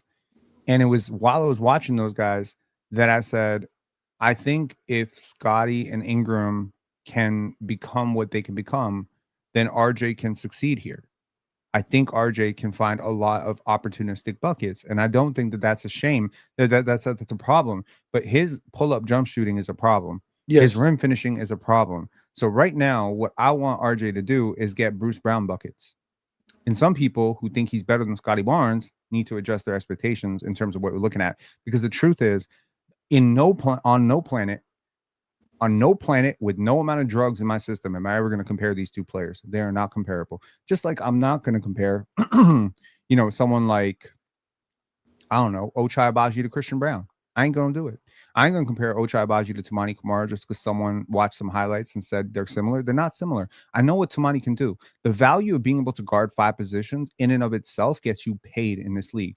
A guy who can guard 5 positions. Now, people want to talk about Scottie like he's a totally zero, scorer. I mean, this is a dude who was putting up 22, 23 points on 40% three-point shooting when he wasn't playing with RJ and IQ, when he was playing with Dennis and Gary and Pascal and Jakob and OG. Like when he had that squad before RJ and IQ got here, he was cooking, bro. Like he was top 10 in the league in box plus minus. He was shooting 40% from 3. He was averaging 22, 23 points per game. He was lock for like all NBA, in my opinion. And he was 22 years old. And since he's been playing with RJ and IQ, I think a lot of the opportunistic buckets that Scottie would be getting go to RJ. That's interesting. I agree with you. She said that. The reason why is because just watching, I became, sad to say, more of a Raptors fan than a Knicks fan. I was very upset when we made that trade, and I'll tell you why. So I watch more Toronto Raptors basketball than I watch Knicks basketball because I think Toronto is a good young team. I think that you guys didn't play to win. I think you would have won more games if they weren't playing for a draft pick. Masai he thinks big picture. Masai thinks if you're not first, you're last. He doesn't want to be a play-in team. He doesn't want to come in. So he was trying to get a really good draft pick, maybe, trying to get top 3. And I think you gave away a lot of games that you could have won. I think you have a young team. And I think the games where you tried to win, I guess maybe because you wanted to prove something to yourselves, like at the Orlando's games when you played against Orlando, Indiana, You saw what kind of team these guys can be. You saw what RJ and Scottie did when they went against Paolo and France. You saw what they did when they went against Indiana. So you can see what kind of team they're going to be. But to your last point, I think Scottie's best games last year was when he played with RJ. I don't think he played better without RJ than he did with. That's backwards. RJ Barrett shot 6%. I think it was 5 or 6% better from the field when he played with Scottie. It was not the other way around. Well, that's possible. but I do know this. When Scottie was hurt and IQ was hurt, I thought that was some of the best basketball I saw RJ play from an all-around standpoint. And then the numbers show it. He's one of the top-rated pick-and-roll players in the NBA during that period. My issue is RJ plus IQ equals trouble for me, even though in isolation, either one of them has some value. I can see the value of a downhill guy like RJ who consistently gets to the bucket, is tough-minded, rebounds very well for a wing player. You know, that's an underrated part of his game as well. He's very physical, invites contact. Yes, the defense got a lot better last year. The playmaking is a lot better. In Darko's read and react, 0.5 basketball, you got to be able to make quick reads. And I think he's just gotten better at it. And I don't mean he's assist farming where, you know, he's driving and making the simple read, but sometimes he's making complicated reads out of, you know, pick and roll. He's making good decisions out of pick and roll. He's running yak in the pick and roll. And I think him and Sandro could have really good, chemistry. I think he could do a really interesting job, bench lift, floor lifting second units. There was a time last year when Scottie was injured and he and Gradey were just cooking up and they were losing a lot of games, but you know, you could see the vision of like what a rim protector might have done for them. So I get it. I see the value of it. It's just right now you have too many middling pieces. You have way too many middling pieces and you got Gradey coming up behind. And I don't see a world in which you can put Gradey and RJ together, even though Sampson, who you mentioned earlier, actually said that Gradey and RJ would be a really good combination together. And I just think that there's a problem with that because they're both weak help defenders. They don't recover. Yeah, but they're not even the same atmosphere as basketball players, though. I don't understand. You guys overrate Gradey and RJ are not in the same atmosphere as basketball players, according to you. You overrate Gradey the way you guys overrate IQ. Gradey, I don't overrate Gradey at all. I got half the Raptor fan base telling me I'm a Gradey hater. I didn't mean you, but I mean like the Raptors fan base. Like when Gradey, you guys romanticizing what he can be because you think he could be this incredible shooter. He shows flashes of it. He's going to his third year. We haven't seen it yet. So hopefully we can see it this year. His defense is abominable. I mean, he's not even like he can't do anything well on defense. He can't guard on ball. He doesn't have the lateral movement, doesn't have the strength. He's not a good help defender. On offense, if he's not hitting buckets, he's a dub. He's not giving you anything. So many times I saw the Raptors in games last year competing. Second Gradey Dick comes in off the bench. What does he do well? What does he do well? I don't think he does anything well right now. Potentially, what he's supposed to be able to do well is shoot, but he doesn't do it consistently enough to say he does it well. So I don't think what he's supposed to be able to do well is shoot necessarily, and I think what he does well right now is move. He is an excellent mover. He's a mover. When he gets onto the court, there is pockets of space that open up for RJ, Ingram, I'm sorry, man, I don't agree with that because to be yes, he moves, but in order to create gravity when you move, you have to be a threat. He moves, but no one fears him moving. Defenses don't rush at him. Disagree completely. Defenses react to him heavily. They heavily react to him. They don't react to him like they're not reacting to him like he's Steph Curry and Klay Thompson, but they're reacting to his movement more than they're reacting to RJ's movement. They're reacting to his movement more than they like. Here's the thing. You said you watch a lot of Raptor games. Do you remember? I watch every single game. Amazing. So you watched the Celtics game where Scottie really struggled and the fan base was kind of ripping him up? Yes. Did you see 3 to 4 defenders swarm him every time he got to 10 feet? Do you see that the teams do the same thing to RJ? That you're going to say no, but do you see that teams build a war? RJ's this. Let me say this, Penn. You lament the fact that RJ's not a great finisher, but you don't understand what happens when he's not just not a great finisher. He's a bad finisher. There's a difference. Okay. But see, Scottie's not it would be weird to say Scottie's not a great 3-point shooter. No, Scottie's a poor 3-point shooter. RJ is a poor finisher. That is let's keep it a fact. But what happens, for example, there was a game when he was still with the Knicks, we played Phoenix. RJ shot horribly. He was like 6 for 17. But Monty Williams at the time said, what gave us the most problem this game was RJ putting 2 feet in the paint, and we couldn't stop him because he broke down our defense. He wasn't finishing; he was missing.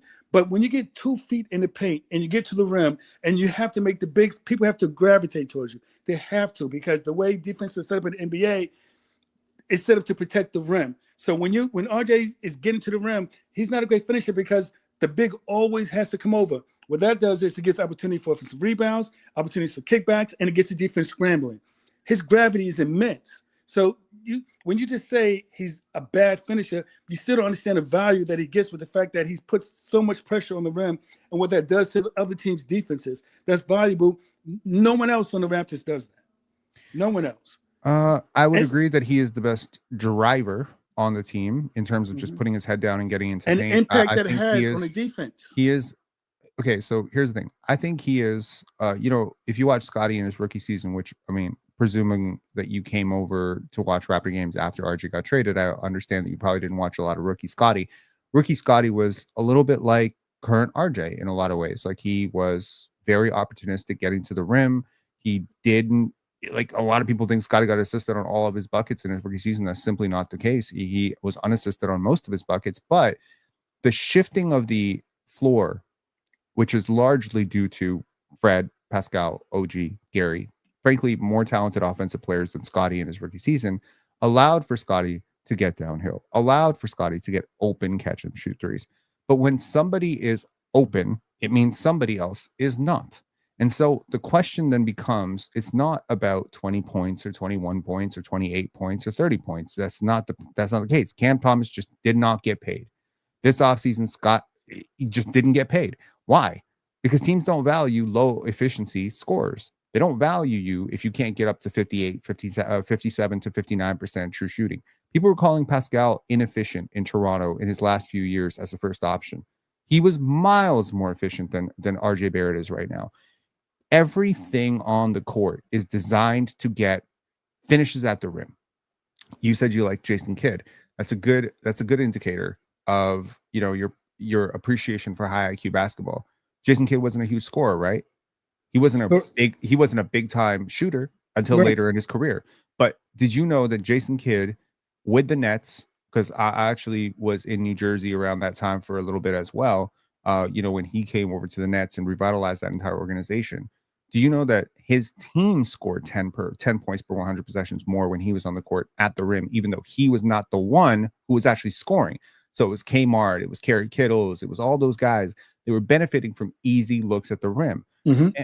And so you have to convert on the easiest shot in basketball. And the easiest shot in the basketball is a layup or a dunk. But everything in the offense is moving and shifting. Like, the whole process of the offense is designed for people to get to the rim. And what I'm saying with RJ is he's getting a heavy diet of these shots, in part because that's his skill set. He's very good at finding himself in good positions on the court. You understand? And the second thing is, I think it's partially because the Raptors want to exhibit him, because they've been trying to trade him for about a year right now. And I'm not saying he's a bad player. I made 2 videos this offseason saying I see a vision where it can work if he buys in, and if he continues to be a good defender and continues to be a positive playmaker, I could see a world. But I'm telling you right now, this thing is leaning towards Karis LeVert.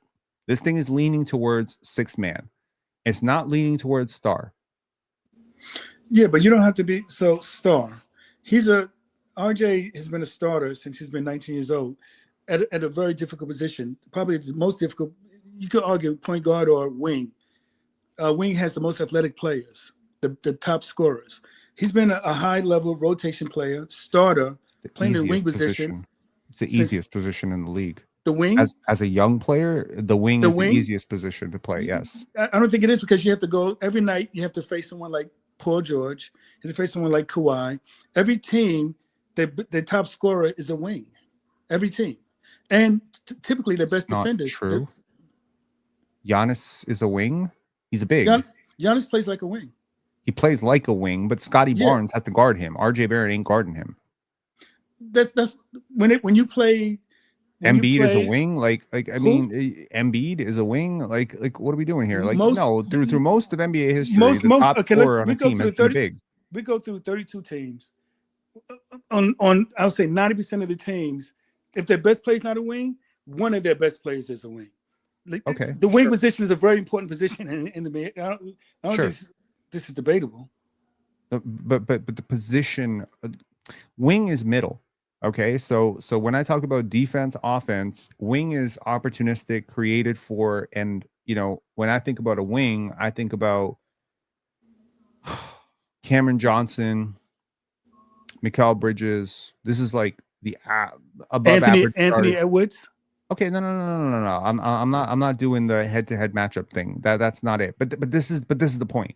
And I think that our entire conversation has led me to a conclusion that you very much value on-ball presence in every department. So when you see Anthony Edwards versus, like you brought up, like he outplays this guy. So like Anthony Edwards is not being stopped by RJ Barrett in a one-on-one matchup. But there's no one person that can stop Anthony Edwards. There's no one person that can stop Jokic. There's no one person that can stop Shea. There's no one person that can stop. Oh, bull fuck. Oh. So who has? So when RJ gets to the rim, he's by his man, and the big always has to rotate. That's why he collapses the defense. That's why what he does is so valuable. That's every player who gets 2 feet from the basket is double teamed immediately. Exactly, but most players cannot. He's not double teamed anywhere else. And the point is, when double teamed, he can't finish. You see teams put up a wall. They know that RJ is going to impact the paint. That's not what I'm seeing. I'm sorry. You might be looking at a different film than I, or maybe you're right. Maybe my basketball IQ really is. Maybe I'm gassing myself a little bit too much. Maybe I don't understand basketball. Maybe in a few years I'll understand more, and I'll be like, shit. Shannon was cooking all along. I really didn't see all these walls that were being put up for RJ. You hear your announcers. When you watch the game, do you listen to your announcers? I try not to, bro, because they are so fucking biased. It is ridiculous. Gotcha. But your announcers pointed out. They say the wall. They put this wall up for RJ. Our announcers don't know basketball either. So when they point out the wall that is obviously there, they don't know basketball. They're just seeing a mirage. I think what you think I am about Scottie Barnes, I think you are similar about RJ Barrett. Listening to your commentary on RJ Barrett, I think he's the player that I like. I understand that, and you can like a player, but what I'm saying is a player that I like. Yes. Cool. So why do the Knicks dump him as a toxic asset? Because I'll make it known to you 100% based on how the Raptors have operated, based on how they talked about it. That deal was OG for quickly, and RJ was thrown in as a salary. Well, let's get something straight about the toxic asset. Let's just talk facts. That comment came from Zach Lowe. You know that, right? Uh-huh. Okay. So Zach Lowe said there was a meeting of 32 GMs. Really smart guy, by the way. Okay. And so what he said was, and then it was taken. That one part was taken. He said one GM said it was a toxic asset. One. Mm-hmm. He said, but many others were range from very high on RJ to high on RJ. Then why can't the Raptors trade him? Because I think they want a certain return. I don't think it's that they can't trade him. I think they want a certain return, and people know people are not stupid. They know they're not that Raptors. Did you hear that the Raptors tried to trade RJ Barrett for Brandon Ingram last year? Yeah, but why would New Orleans Pelicans not pay? Obviously, they went in the market to pay. They're a small market team. They have a plan. Why would they not pay BI to turn around and pay RJ? Well, if RJ Barrett is as good as they didn't want to pay. If RJ Barrett is as good as you think he is, why would they eat Bruce Brown's contract and an additional year of Kelly Olynyk? Because obviously it's not like they didn't take back money. RJ Barrett makes way less than BI. They're concerned with BI. By the way, just so they know RJ has a contract. Hang on 1 second. Their concern with BI was not that they didn't have money to pay him. They didn't have money to pay him what he wanted. What he wanted was $38 to $40 million. Okay. What do you think RJ is going to want? Hold on. RJ, at the time of last year's trade, had 2.5 years left on his deal. 2.5. Ingram had half. But he's doing extension now. No, he didn't get the extension, and he's doing an extension now. Yeah. But he's extension eligible. He was extension eligible until yesterday. Now that the extension has not been done, it would have been an early extension. Next offseason, he'll be extension eligible again, at which point he will not become a free agent next year. He'll actually have one more year. He has $55 million left on his deal, my guy. So $55 million, if he is who you think he is, clearly the Pelicans do not agree. They do not agree. Well, and they have tried. They tried to dump him to Boston. They didn't agree either. They decided Nah, we'll go with Anthony Simons. Why? Because Boston wants to be a high volume 3-point shooting team, and Simons potentially to them is a little bit cheaper than RJ Barrett. This is the contract value. I heard for years people telling me that Anthony Simons was the best player in Portland. And I said, hell no. He is a absolute negative defender, and no team is going to pay anything of consequence to get this guy. But you look at the guy play next to Damian Lillard, you watch him on the right day, and you think he's a star. He's not. That's not how teams are valuing these guys. Simons got dumped.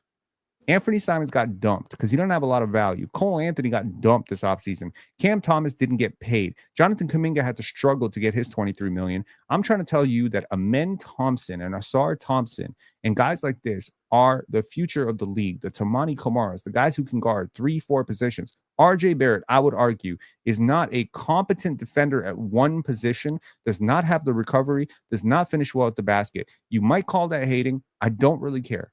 It's the truth. And if he changes it, I promise you I will change my tune. This is not hating. This is not me being overreactive that some people think he's better than Scottie. Honestly, if some people think he's better than Scottie, well, some people still think the earth is flat. So it's not really a problem for me to have to cry over. Scottie Barnes and RJ Barrett are not a comparison. To me, Scottie and BI are not a comparison. Scottie is like that. So when Scottie is given the proper spacing, and again, Brandon Ingram and Scottie could work. Depends on the other three guys. Scottie and RJ could work. Depends on the other three guys. It's always that. The problem is Jakob Poeltl, Immanuel Quickley cannot be the other two guys. Like, it just can't happen. So to me, it's like Immanuel Quickley is on this contract. I hated the contract when we signed it. I was like, maybe it'll age okay if he turns into a really good dynamic ball handler. He hasn't. Maybe it'll age better if, you know, he can fix the shot release and shoot high volume 40%. He's shooting 38% on pull-up jump shots, bro. I think you have completely missed the boat on RJ Barrett just being a really weak pull-up jump shooter, being, you know, not a great vertical athlete, having all of these gaps in his game. And while you can praise all of the growth in RJ's game, you have to accept the realities. He's not worth $27 million. He ain't worth 27. And I'll by the way, Mikal ain't worth 40 either. So I would say this. I agree that RJ is not a good pull-up jump shooter. I agree with that. But he's a basketball player. So, for example, when you talked about the lineups that you think he would be good at, if you paid attention to preseason, the thing about RJ is that he will adapt. So you put him on the floor with Brunson and Randall, three left-handers. It should be an issue. He'll find his space on the floor to impact the game. We saw that Scottie took a little bit of time this preseason just finding where he's going to be effective. He had that breakout game last game. Let's see if it carries over. Going through tendonitis. Okay. Let's see if it carries over to the regular season. But you saw with RJ, he'll adapt. RJ is a basketball player. He'll adapt to the plays that he's on the floor with. That's his value. So you don't just score. You minimize scoring 20 points per game. That's not – everyone is not scoring 20 points per game, especially being the third option most times in the NBA. 21. There's only 6 players in the NBA last year who averaged 26 and 5 or 21, 6 and 5. There's only 6 players who did it. The other 5 besides RJ are like top 10, top 15 players. And then there's RJ Barrett. So there's value. He's a basketball player. He's a skill. I think it's true some of his shortcomings that he has, but I think that you undermine what he does well and how important that is on a basketball team. So like I said, last year, I think we could have saw RJ's impact. He's always won everywhere he's been. Mm-hmm. He's won for FIBA. He's won at 19 years old for FIBA. He's won at Duke. He's won for the Knicks were moribund. I've been a Knicks fan since I was 11 years old. Mm-hmm. I've seen every single Knicks game for years. I know how we've been a moribund franchise for 20 years before RJ got here. 20 years and it dumped. Horrible. His rookie year, we were horrible again. And then after that, we became a winning team. His second season at 20 years old, as the second best player on the team, we became the 4th seed and made the playoffs for the first time in a decade. He contributes to winning basketball. And you guys would have been a better team last year. When you actually play to win and not do the stupid lineups, not be in position to win, take everybody out and put in all the rookies. When you guys actually win against Orlando and Indiana and say, okay, let them play. Let's see what we got here. You saw it. They went head to head. They beat Orlando back-to-back games in Orlando. You saw it when they let them play against Atlanta. You saw what he can do to impact winning. So I do think you're missing some certain things in regards to what he can do to impact winning basketball. He's done his entire life. He's never not won. The only time he's not won is when he came to Toronto. You guys weren't trying to win. You didn't want to win. You were tanking.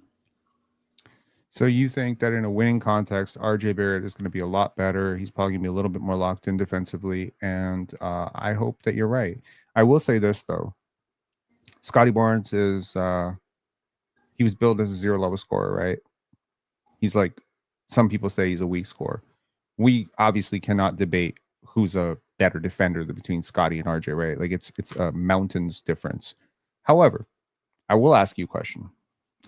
Between the two of these players, who do you think averaged more points during their first 4 years? Average? Mm-hmm. Well, RJ averaged 14 his rookie season. Scottie averaged, I think, 15 his rookie season. Yeah, but through their first 4 years. So, was Scottie? What did Scottie average his second season? Just under 15. Let me do quick math. So RJ averaged 14, 17. So it's 18.1 versus 17.2. So RJ averaged more points through his first 4 seasons. But I'll remind you that RJ's main pop as a player was he's a scorer.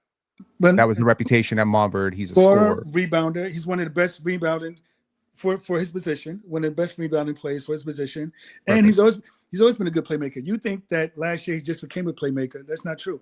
He was a good playmaker at Duke. He had the ball in his hand. I watched plenty of RJ at Duke. You're talking to a person who's lived in Canada, who's actually from New York as well. So he was top 7 in ACC and the 6. He was the playmaker for Duke. He was their de facto point guard. He was the one running the offense.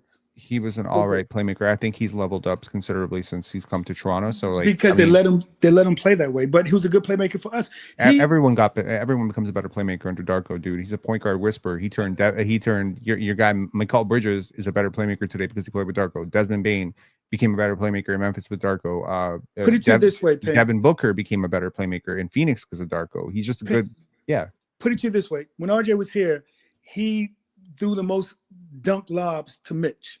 The most. When he left, Mitch's lob ability, his dunking ability off lobs went down dramatically. RJ was the one who unlocked them, the one who utilized them. He's always been a good playmaker. Again, I think there's levels to this. I think he was a good secondary, tertiary playmaker in the NBA. In college, I thought he had a lot of tunnel vision. In high school, I watched plenty of RJ Barrett and Maubert. I thought, and ironically, his teammates felt the same way because Sandro Mamukelashvili came here and he said, I played with him in high school. He never passed me the ball. So, RJ was mainly a bucket getter. In my opinion, he's a guy who got downhill. I think adjusting to the length of the NBA has been very tough for him because he doesn't get very high. He doesn't get a lot of release. He doesn't get a lot of space on his releases. That's the issue for me. You see, even Scottie's misses, he's like got 3 feet of separation because of the wider angles that he can take. Bigger strides, longer arms, bigger hands, all that stuff matters. In terms of points, that's the only advantage that RJ has over Scottie. Scottie was more efficient over his first 4 years. He had a higher boxes minus, a higher value of replacement. He shot better from the line. He was more efficient from the field. He had more blocks, way more steals, way more assists, way more rebounds. Scottie played more games. So I'm just saying through their first 4 years, it's not close. Okay. And if people are expecting Scottie to regress this year or, struggle with his role or whatever, I'm just trying to tell you that all buckets are not the same. If Brandon Ingram shoots 48% this year and RJ Barrett shoots 50% this year, there's going to be some segment of the fan base saying RJ Barrett's more efficient than Brandon Ingram. And I'm going to tell that person to shut the fuck up because it's not true. The way defenses guard Ingram, the way defenses scheme RJ is totally different. When Ingram gets the ball and he puts the ball on the floor, it's like 2 to 3 defenders flocking to him. People who think obviously RJ was going to succeed massively with Ingram. I felt it right away because RJ is exactly what Brandon Ingram needs. He needs a guy as a release valve. It's just, I'm not comparing them, but it's like with Bruce Brown and Nikola Jokic. Jokic draws a double. Bruce Brown is amazing. He's like a heat seeker. RJ is just really good at getting the basketball in his hands. Let me ask you a question, Penn.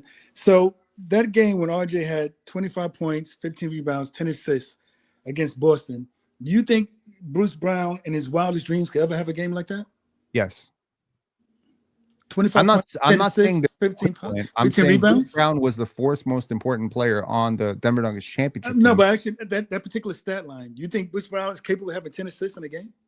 Yes. What's his high in his career? Does it matter? It does. Because how are you going to say yes when it's never happened? Because he's not a rookie.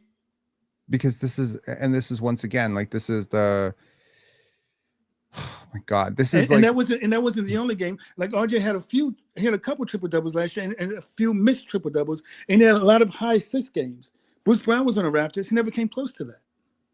He's not that player. Like I said, you minimize his game. But like, this is the thing, man. Usage is stats are a function of usage. Okay. What? So if a guy has 31% usage, I mean, Bruce Brown has never had 31% usage. Why is he getting 31% usage?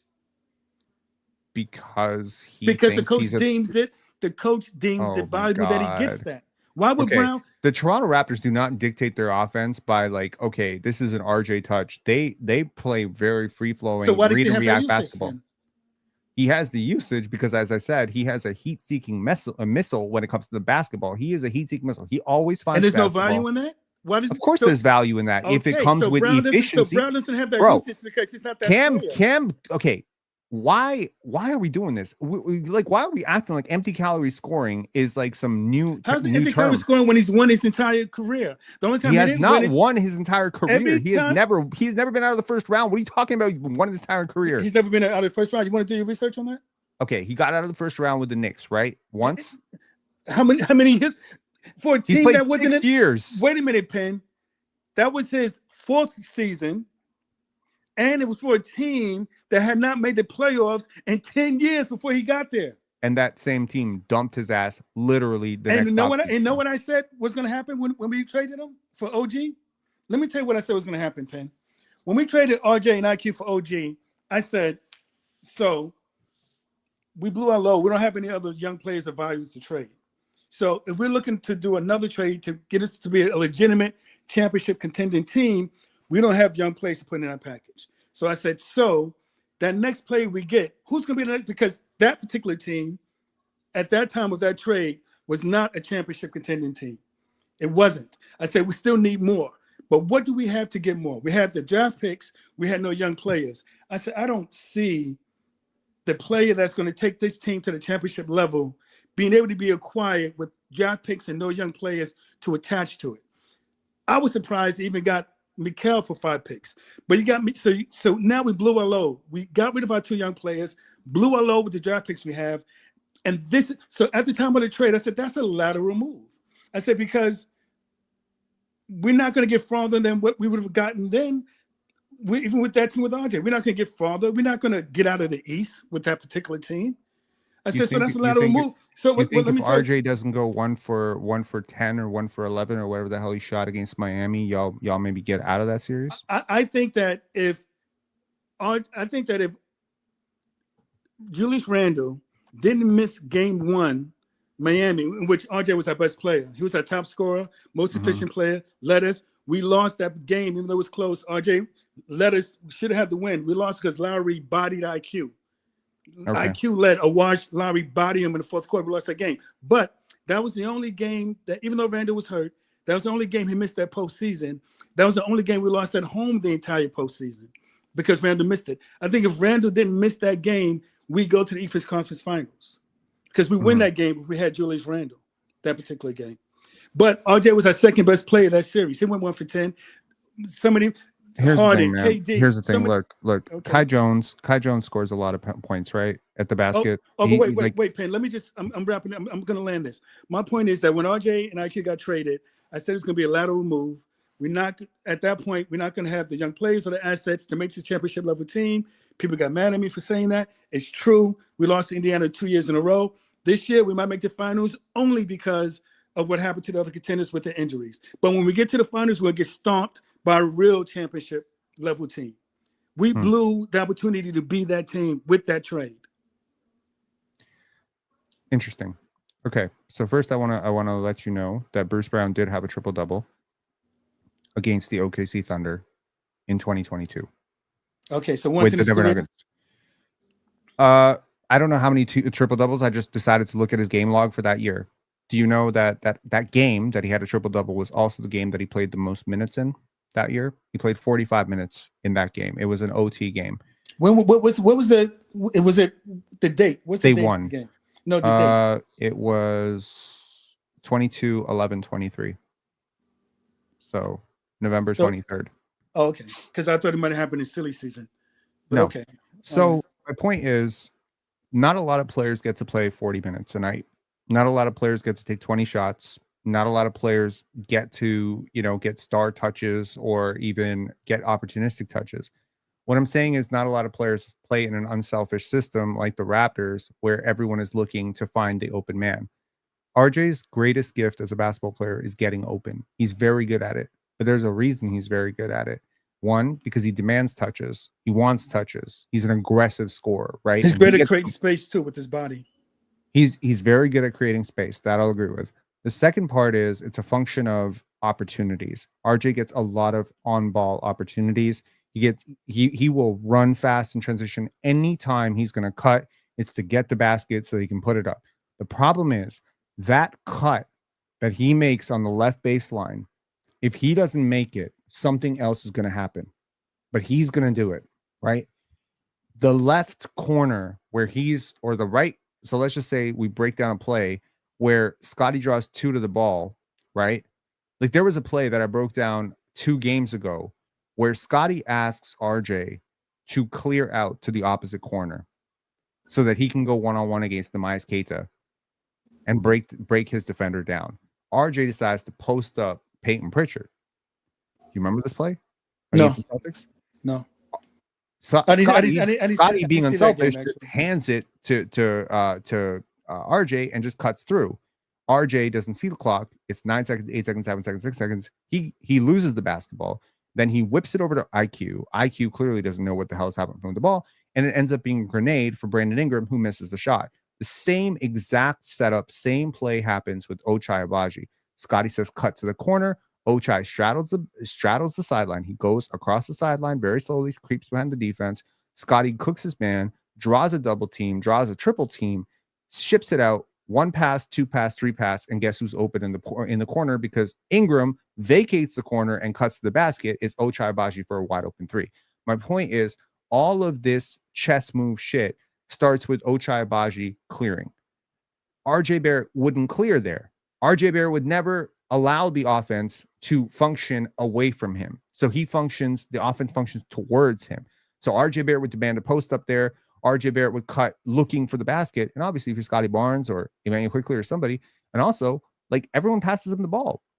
Everyone passes him the ball because he gets open. He finds himself open. But I need you to understand that when you consistently find yourself open underneath the basket, you must convert on those plays because what you are doing is you are taking a high-value opportunity that you didn't create by yourself. It takes 5 people to create that opportunity for you, including you. It took you cutting, but it also took maybe Emmanuel Quickley stretching the corner defender out. Maybe it took Scottie manipulating the court a little bit. Maybe it took a screen from Jakob. Maybe it took a cut from Gradey Dick. And all of this clearance has cleared the room for an RJ Barrett cut. And when he cuts, he must convert because the entire offense just moved all the fucking mountains in the world for you to get this one drive to the rim. And if you convert that drive at a 52 to 53% success rate, well, we're not going to win basketball games because I'll take an Emmanuel Quickley 3 over an RJ Barrett drive 10 times out of 10. Is there a distinction? Is there a stat that shows his finishing of cuts compared to drives? Yeah, I'm sure there are. Because I would think that he's pretty efficient of cuts and maybe less so of drives. Because of drives, then he has a help defender coming to him. Yes. And RJ's drives are predictable because he will often go left. He doesn't finish well going back to his right hand. His handle is tight, but it's not manipulating. Like he's not going to manipulate the defense with his handle very often. And before last year, I didn't think he was a great playmaker or even a good playmaker. I thought he was an average, passable passer. Like I thought he was average. Now I think he's good. So now it's good. But the final step to unlocking all of this is really, you got 3 players Ingram, Scottie, RJ, all of whom could average 20 plus points per game this year. All of them. I'm thinking like the Washington Wizards with Caron Butler type of thing. Like they could all do it technically.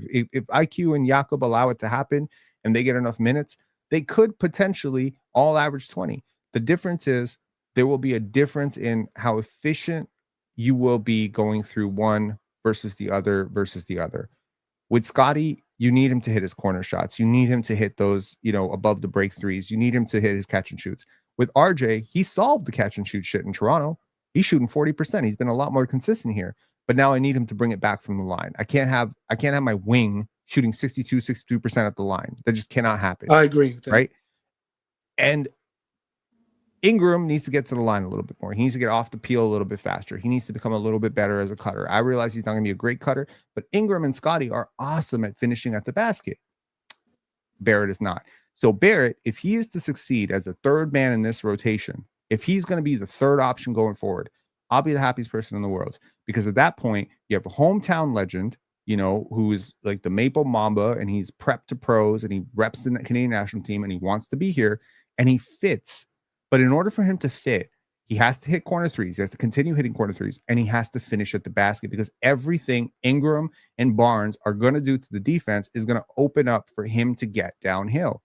And if he's finishing those plays at 53%, well, why are we running to anything through him? He shouldn't be getting those touches then. Now, I would rather give those touches to one of my, 70% free throw, finishers, 77, 80% free throw shooters, right? Like those are the most efficient shots that any team can generate, and he is one of the least efficient players at making them. Like among wings, I guarantee you cannot think of another star or starting wing player who consistently shoots below 70% from the free throw line. But let me just throw this in here, Penn. So one, I think I'll say that by saying this: RJ impacts winning. He always has. And let me say this: when he first came to Toronto and you had Siakam, he learned how to play with Scottie and Siakam and fit. But it was very short-lived because he got traded, but also he got hurt. But the 4 games when they were all playing together, when he first came, it was a tough schedule. You played 4 good teams. You guys were 3-1. And I was like, damn, I hope they don't trade Siakam, because they could be a good team. I like the way they fit. RJ will find his fit. He'll find his. You put him on a court with players who are able to, he could win with, and he find a way to find his space on the floor with them to help him pack win. You guys 3-1. You got rid of him, and then at that point you try to keep your pick away from San Antonio, so you started tanking. And then last year you wanted to keep your first round pick, started tanking. You got a guy. You just wasted 2 years of his career, in my opinion. You got a guy who plays to win. He's young. No. But you're not letting him win because you just want to get a draft pick. But I guarantee you that if you watch this season, and if you allow me, I'll call back. Watch this season, let it play out. If you guys are playing to win, you're going to see the value of RJ Barrett, and you're going to win games, because you do have I don't know about. You have young players on the bench that got to play last year. I guess the jury's still out about how effective they're going to be against other teams' benches. We'll see. But in regards to your starting 5 rotation, I think you guys can play with a lot of teams. And I think you'll get your fair share of wins, especially in the East this year, in which you got a lot of top plays out from the top teams. What do you think a fair value is for him on a contract extension? What would you sign him to as a contract extension if you were the Raptors general manager? I don't see him staying with the Raptors. I don't think you can, unless you give it quickly. You can't afford RJ, to me. Okay. Yeah, I don't see it. So, but in regards to his contract, I think it's a similar contract to Mikal. I think RJ and Mikal are the same tier players. I even think, and you guys aren't gonna agree with me, but I think RJ, OG, and Mikal are the same tier players. OG just, obviously is a much better defender. He's horrific with the ball in his hands. Horrific. It's an adventure watching him trying to go to the hoop on his own. It's horrible. But the value of being able to rebound. guard 5 positions. Okay, I disagree on the can't rebound stuff, but sure. Well, he doesn't rebound. He doesn't rebound.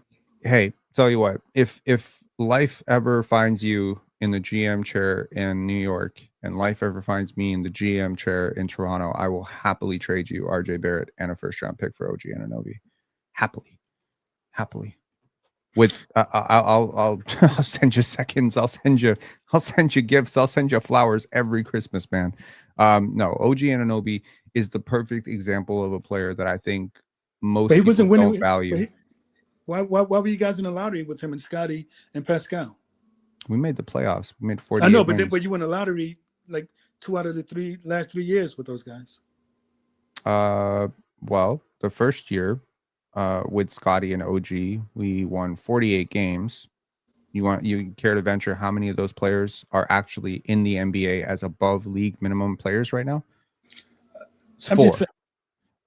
So the supporting cast was not good. So there we go. Yeah, Kem Birch. Kem Birch as a starting center. I don't expect much. How many players you think was on when RJ and Randall led the Knicks to the 4th seed in RJ's second season? The 41-30 team, the shortened season. Yeah, that was not a great team at all. Exactly. But Julius Randle was clearly he was incredible. Amazing. And RJ was our second best player on that team at 20 years old. And that was probably one of his best shooting years as well. I simply disagree with that. He was not a better player than Derrick Rose that year. D Rose was on the team, right? D Rose was on that team, but D Rose came in February and he came off the bench. Still, he was a better player than RJ Barrett. No, that's debatable. And RJ was a better player than D Rose. He was our second best player. D Rose had an impact. He did. No, he was your second leading scorer. I don't think he was just he guarded the best. He guarded because he didn't have the usage, so he used his energy for defense. He guarded the best player every night. That was RJ's job, to guard the best player every night. He shot the best he did from 3. He's an efficient player. That was his role. He was our second best player that year. He was the support for. And Rose was amazing too. Here's a really interesting factoid for you. Do you like analytics? Are you someone who looks at analytics very much? I think it's overused.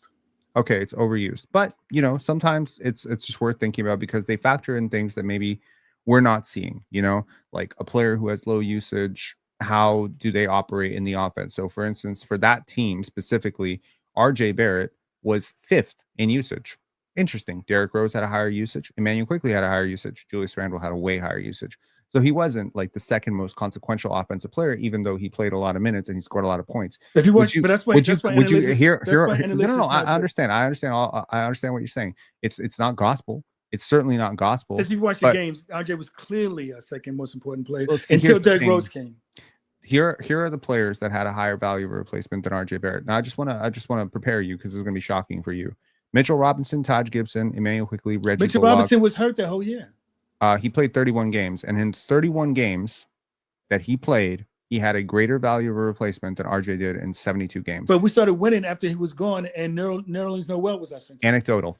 Taj Gibson, Emmanuel Quickley, Reggie Bullock, Derrick Rose, in just 35 games, by the way, Derrick Rose, Alec Burks, Nerlens Noel, and Julius Randle. I'm actually not even kidding. I'm going to share my screen with you. So this is that season.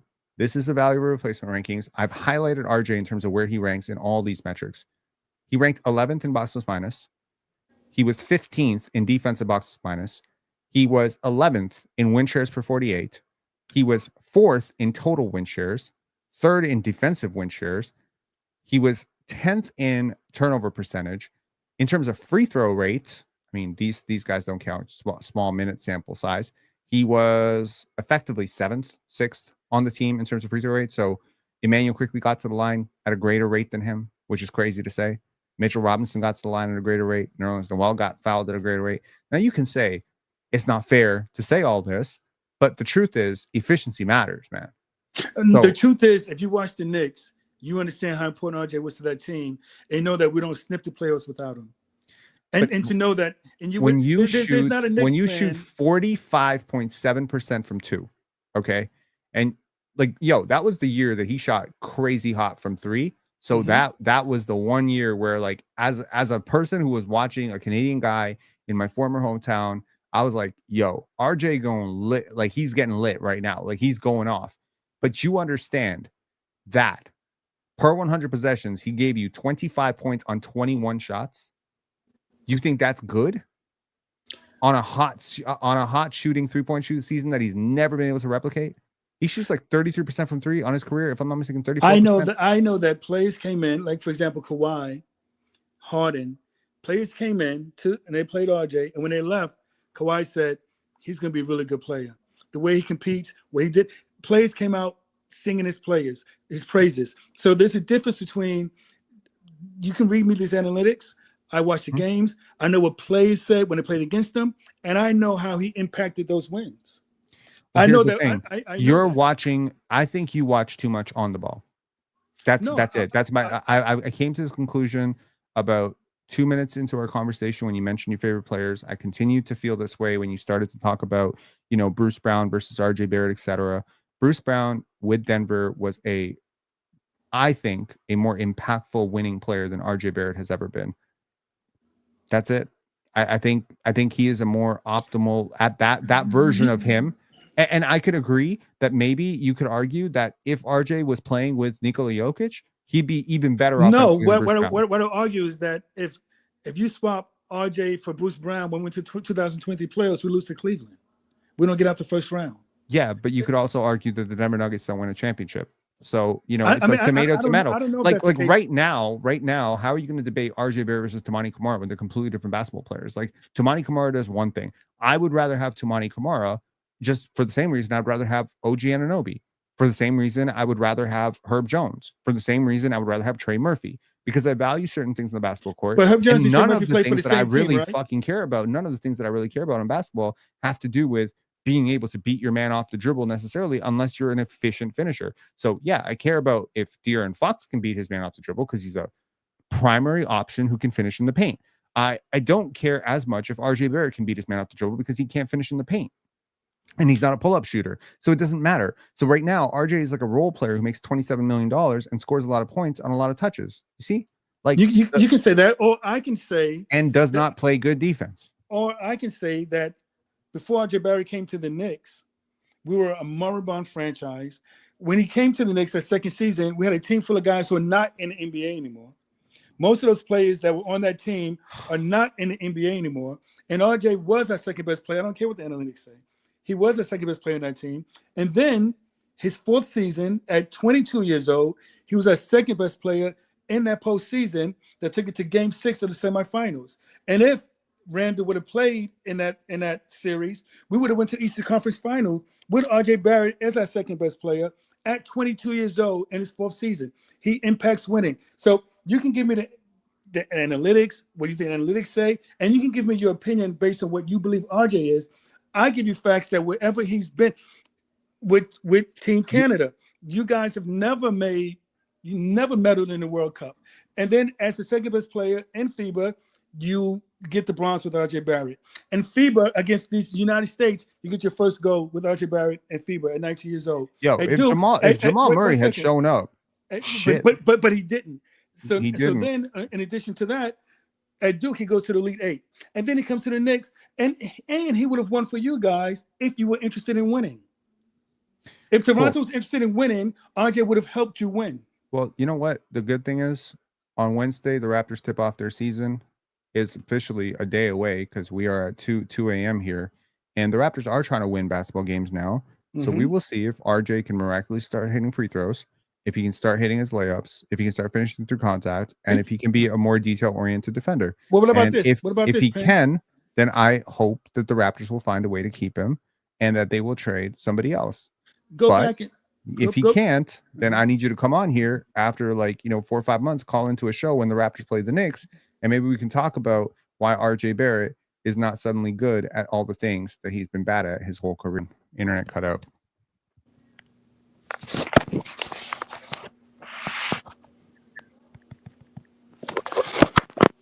Okay. I think Shannon knows that he's still on.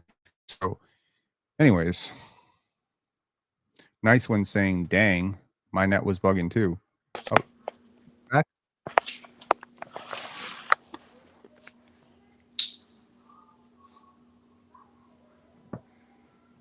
Can you hear me? I can hear you, Penn. Okay. Yeah, I just want to apologize. My internet cut out. Okay. It's been a fun debate. I has. hope I we found appreciate it. some mutual ground here. I do have. have a question You're a for. gentleman. I have to say you're a gentleman. You know, it's your show, and you allow me to talk. And I was more rude in terms of cutting you off, and you didn't overreact to it. It was a pleasure speaking to you, actually. Likewise, man. And you know, I know what the reputation is about, like, oh, Scottie this and Scottie that. Look, Scottie, one of the most unselfish players in the league.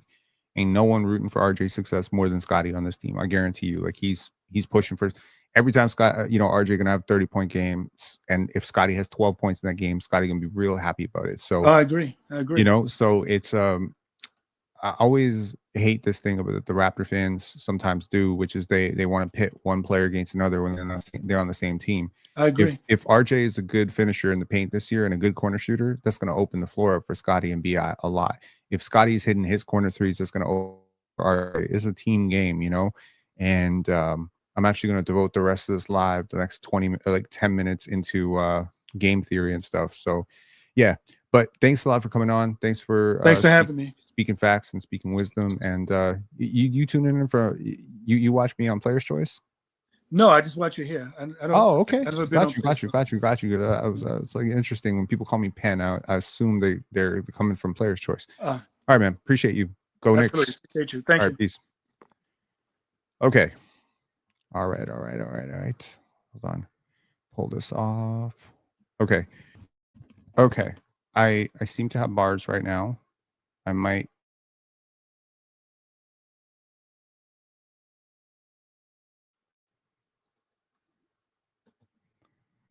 I do.